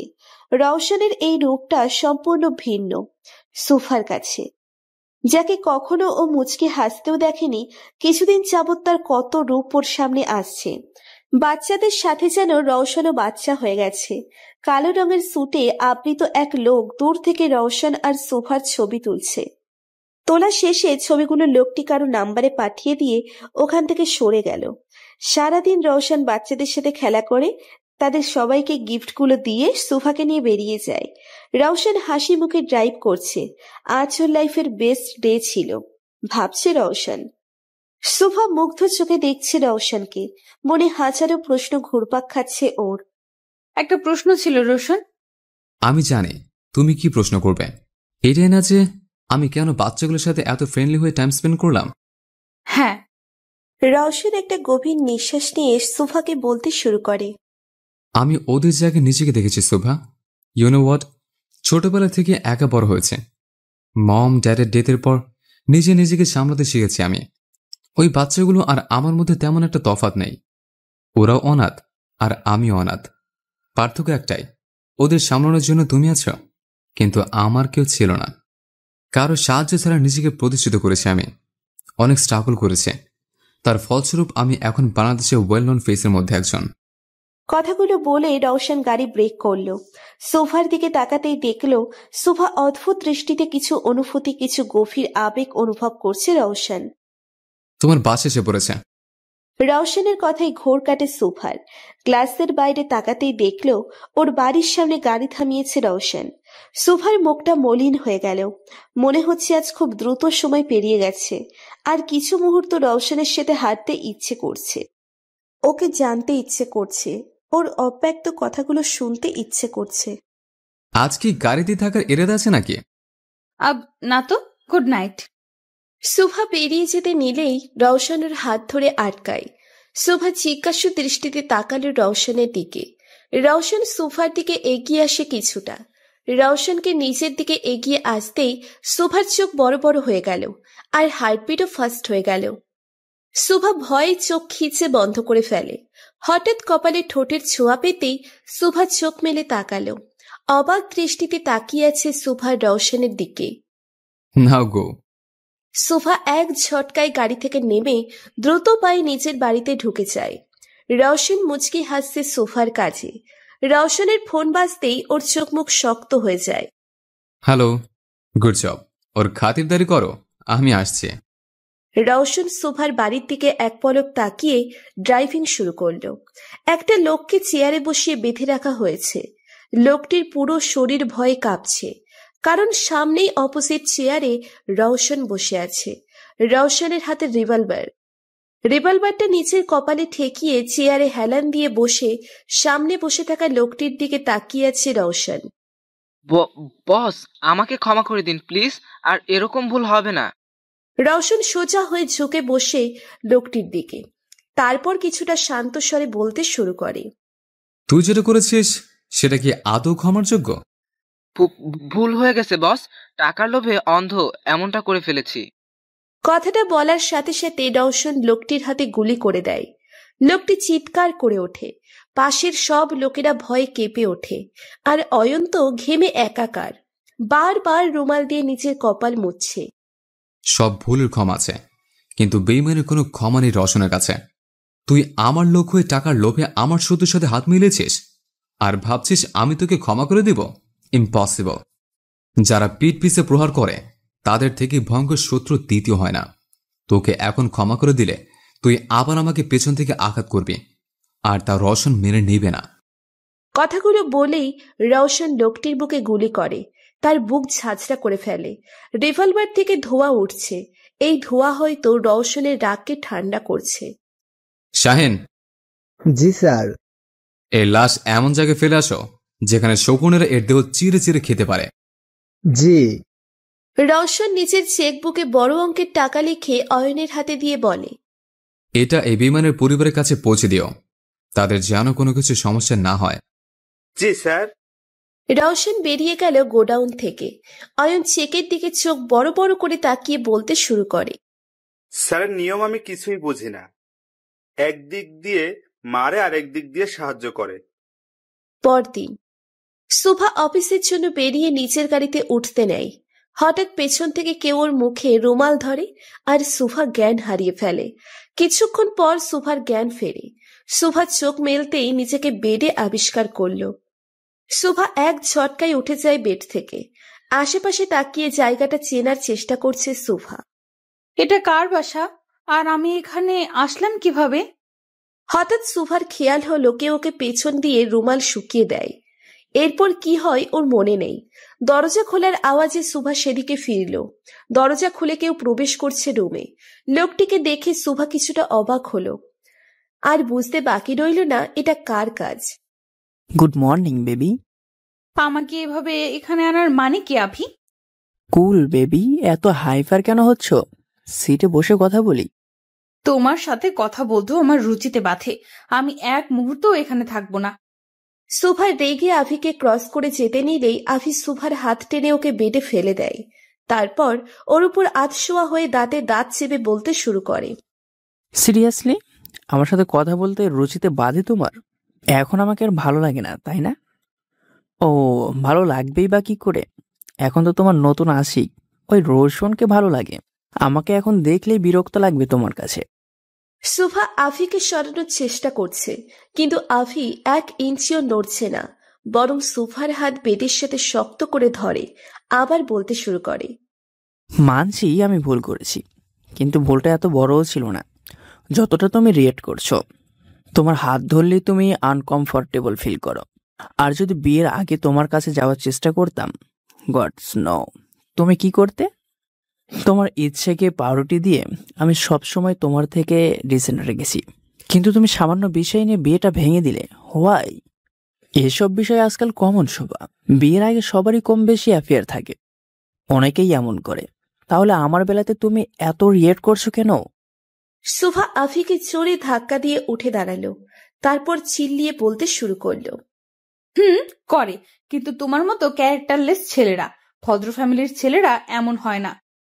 আফি উঠে সুভার হাত শক্ত করে ধরে সুভা ব্যথায় চিৎকার করে ওঠে। আমি ক্যারেক্টারলেস, অভদ্র? তাহলে ভদ্রকে ওই রোশন তোমার নতুন আসি? মুখ সামলে কথা বলো আভি। বাহ, রোশনের জন্য এত মায়া যে ওর বিরুদ্ধে কিছু শুনতেই পারো না। গুড। কি এমন জাদু করলো রোশন যা এত বছর আমি করতে পারিনি? বলো না। আভি লাগছে আমার, ছাড়ো। আজকে পর থেকে তোমার চিন্তা ভাবনা সব আমাকে ঘিরে হবে। তোমার উপর শুধু আমার অধিকার শোভা, আর এই অধিকার আজ আমি আদায় করেই ছাড়ব। মানেটা খুব সিম্পল। আজকে আমাদের বিয়ে। আজকের পর থেকে তুমি শোভা আভি রায়জাদার হয়ে যাবে বেবি। আমাদের মাঝে কোনো তৃতীয় ব্যক্তি প্রবেশ হবে না, না কোনো রিশা আর না কোনো রৌশন।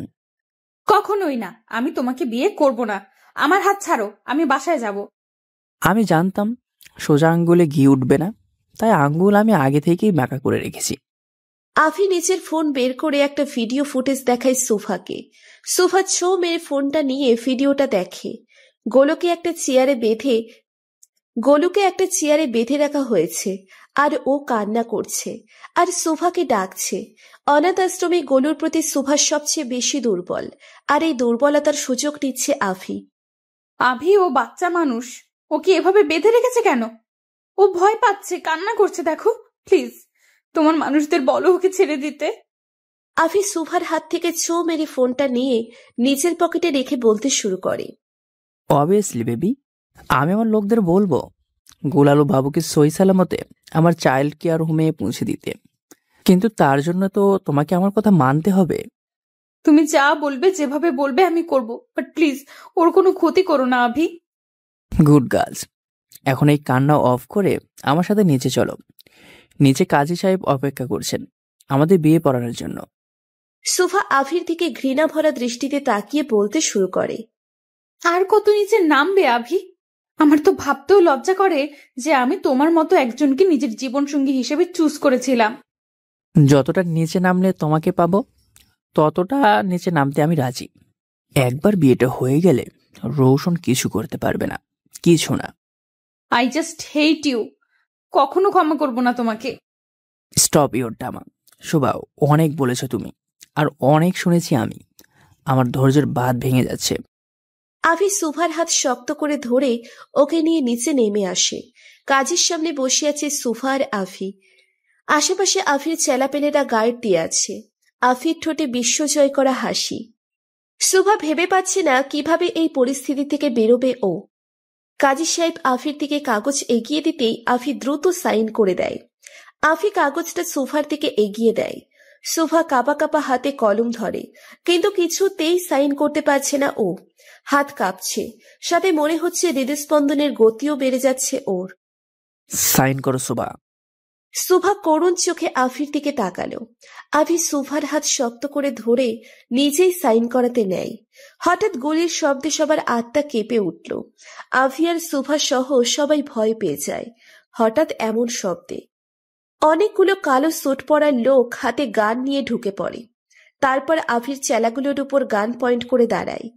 আভি আর সুভা কিছুই বুঝতে পারছে না কি হচ্ছে। হোয়াট দ্য হেল, কে তোমরা আর এখানে কি চাই? নিজের আমানত। আভি আর সুভা শকড হয়ে পিছনে ফিরল। সুভা যেন প্রাণ ফিরে পেল রওশনকে দেখে। সব ভয় নিমেষেই দূর হয়ে গেল ওর। সুভার ঠোঁটের কোণে হাসি দেখা ফুটে উঠল। রওশন কালো ফুল স্যুট পরে আছে, হাতে গান, একদম মাফিয়া লোক। ভাই তুমি? তোর বিয়েতে আমাকে দাওয়াত দিলে না, এটা কেমন কথা অভি? না না, মানে আমি আসলে। রওশন গিয়ে আভির অপোজিটে পায়ের উপর পা তুলে বসে পড়ল। আচ্ছা বাদ দে, কাজী সাহেব আপনি বিয়ে পড়ানো শুরু করেন। নিমেষেই সুভার মুখ মলিন হয়ে গেল। এটা কি বলছে রওশন? ও ভেবেছিল রওশন হয়তো ওকে বাঁচাতে এসেছে, কিন্তু এখানে তো উল্টো, রওশন ওদের বিয়ে দিতে চাইছে। এটা আশা করেনি ও রওশনের থেকে। আফি তো মহা খুশি হয়ে বসে পড়ল। কাজী সাহেব বিয়ে পড়ানো শুরু করলেন। আফির নাম নিতেই রওশন বলে ওঠে, আপনি বরের নাম ভুলেন কাজী সাহেব? বরের নাম আভি রায়জাদা না, রওশন রায়জাদা। আফি আর সুফা রওশনের কথায় চমকে যায়। আফি রেগে উঠে দাঁড়িয়ে বলতে শুরু করে, এটা কোন ধরনের কথা ভাই? আফি দাঁড়াতেই একজন গার্ড ওর মাথায় বন্দুক তাক করে দেয়।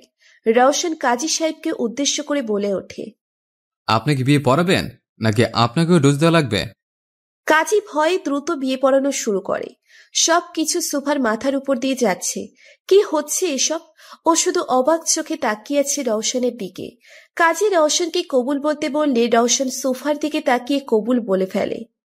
আফি কিছু করতেও পারছে না, সইতেও পারছে না। ওর বিয়ের আসরে ওকেই গান পয়েন্ট করে রওশনের হবু বউকে বিয়ে করে ফেলছে। ব্যাচেলার কি ভাগ্য! কাজী সুফাকে কবুল বলতে বললে সুফা ভাবনায় পড়ে যায় কি বলবে ও। সুফাকে চুপ থাকতে দেখে রওশন কড়া গলায় বলে ওঠে, তুমি কবুল বলবে নাকি আভির সাথে তোমার বিয়ে পড়ানোর ব্যবস্থা করব? রওশনের কথায় সুফা চোখ বড় বড় করে আফির দিকে তাকায়। তারপর এক নিঃশ্বাসে 3 কবুল বলে ফেলে। এই ক্যারেক্টারলেস আফির থেকে মিস্টার অ্যারোগেন্ট রওশন রায়জাদা অনেক ভালো। কাগজে সাইন করে বিয়ে সম্পন্ন হয়ে যায় রওশন আর সুফার। রওশন দাঁড়িয়ে অয়নকে ইশারা করল। তারপর অয়ন একটা ছানার বক্স এনে রওশনের হাতে দিল। রওশন এক টুকরো মিঠাই বের করে আফির সামনে গেল। আফি রক্তিম চোখে তাকিয়েছে রওশনের দিকে।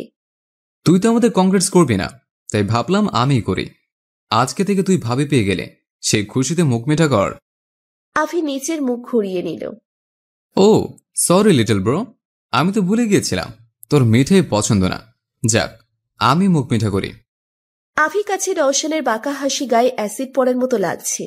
আফি রওশনের হাত থেকে মিঠাইয়ের বক্সটা দূরে ছিটকে ফেলায়। এটা কি করলে আভি? তোর ভাবি তো এখনো মুখ মিঠা করলো না। আফি রাগে ফুঁসছে। রওশন সোফার হাত ধরে নিচের কাছে টেনে আনে। তারপর ওকে বলে, জান, তোমার ছান অনেক পছন্দ, তাই না? কিন্তু দেখো, তোমার প্রাণপ্রিয় দেবর তো সব ফেলে দিল। এখন তোমার মুখ মিঠা আমি কি দিয়ে করাই বলো? সুভা কি বলবে ভেবে পাচ্ছে না। ও একবার রওশনের দিকে আর একবার আফির দিকে তাকিয়ে ঢোক গিলছে। রওশন কিছুক্ষণ ভেবে আচমকা বলে ওঠে, বয়স, সবাই নিজের চোখ বন্ধ করো। রওশনের গার্ডসরা চোখ বন্ধ করে ফেলে। রওশন কাজী সাহেবের দিকে ভ্রু কুচকে তাকিয়ে বলে, আপনাকে কি আলাদাভাবে নিমন্ত্রণ দিয়ে বলতে হবে? কাজী ভয়ে দ্রুত নিজের চোখ ঢেকে ফেলে। সোফা আর আফি বোঝার চেষ্টা করছে রওশন কি করতে চাইছে। আচমকা রওশন সোফার কোমর জড়িয়ে ওকে নিচের কাছে এনে ওর ঠোঁটে ঠোঁট মিলিয়ে দেয়। সোফা তো ফুল শকড, আর আফির তো চোখ বেরিয়ে যাওয়ার উপক্রম। রওশন সোফাকে ছেড়ে ওর কোমর জড়িয়ে ধরে আফিকে বলে, এখন থেকে ও তোর ভাবি, তাই ওকে সম্মান দিয়ে চলবে। বড় ভাবি মায়ের সমান, তাই আশা করব তুই তোর ভাবিকে অন্য চোখে দেখার চেষ্টা করবি না। আর যদি করিস, তুই জানিস রওশন কি করতে পারে। Now she is Mrs Subha Roshan Raizada. Roshan সোফার হাত ধরে বেরিয়ে যায়। সুভা ট্যাপ ট্যাপ করে তাকিয়ে আছে রওশনের দিকে। কি করলো এইমাত্র রওশন? লজ্জা বলতে আদে ওর কিছু আছে? রওশন গাড়ির ডোর খুলে দেয়, কিন্তু সোফা না ঢুকে রওশনের দিকেই তাকিয়ে আছে। রওশন সোফার চোখের দিকে তাকিয়ে একটু ঝুঁকে বলে, Subha, do you want more? Sofa চোখ বড় করে এক ঝটকায় গাড়িতে উঠে বসে। শরীর কাঁপছে বেচারির। এমনিতেই ভয়, তার উপর রওশন আরো ভয় দেখাচ্ছে। সুভা বসে পড়তেই রওশন বাঁকা হেসে ওর পাশে বসে পড়ল। ড্রাইভার গাড়ি স্টার্ট দিল। রওশন আর সোফা যাওয়ার পর আফি পুরো বাড়িতে ভাঙচুর শুরু করে দিয়েছে। ছাড়বো না আমি তোকে Roshan. I will disturb you. আবির জিনিসে হাত ধোয়ার ফল খুব শীঘ্রই পাবি। ভিডিওটি কেমন লাগলো? ভালো লাগলে একটি লাইক করে কমেন্ট করে জানান। প্রতিদিন ভালোবাসার নতুন নতুন গল্প পেতে চ্যানেলটি সাবস্ক্রাইব করে পাশে থাকা বেল বাটনে ক্লিক করুন।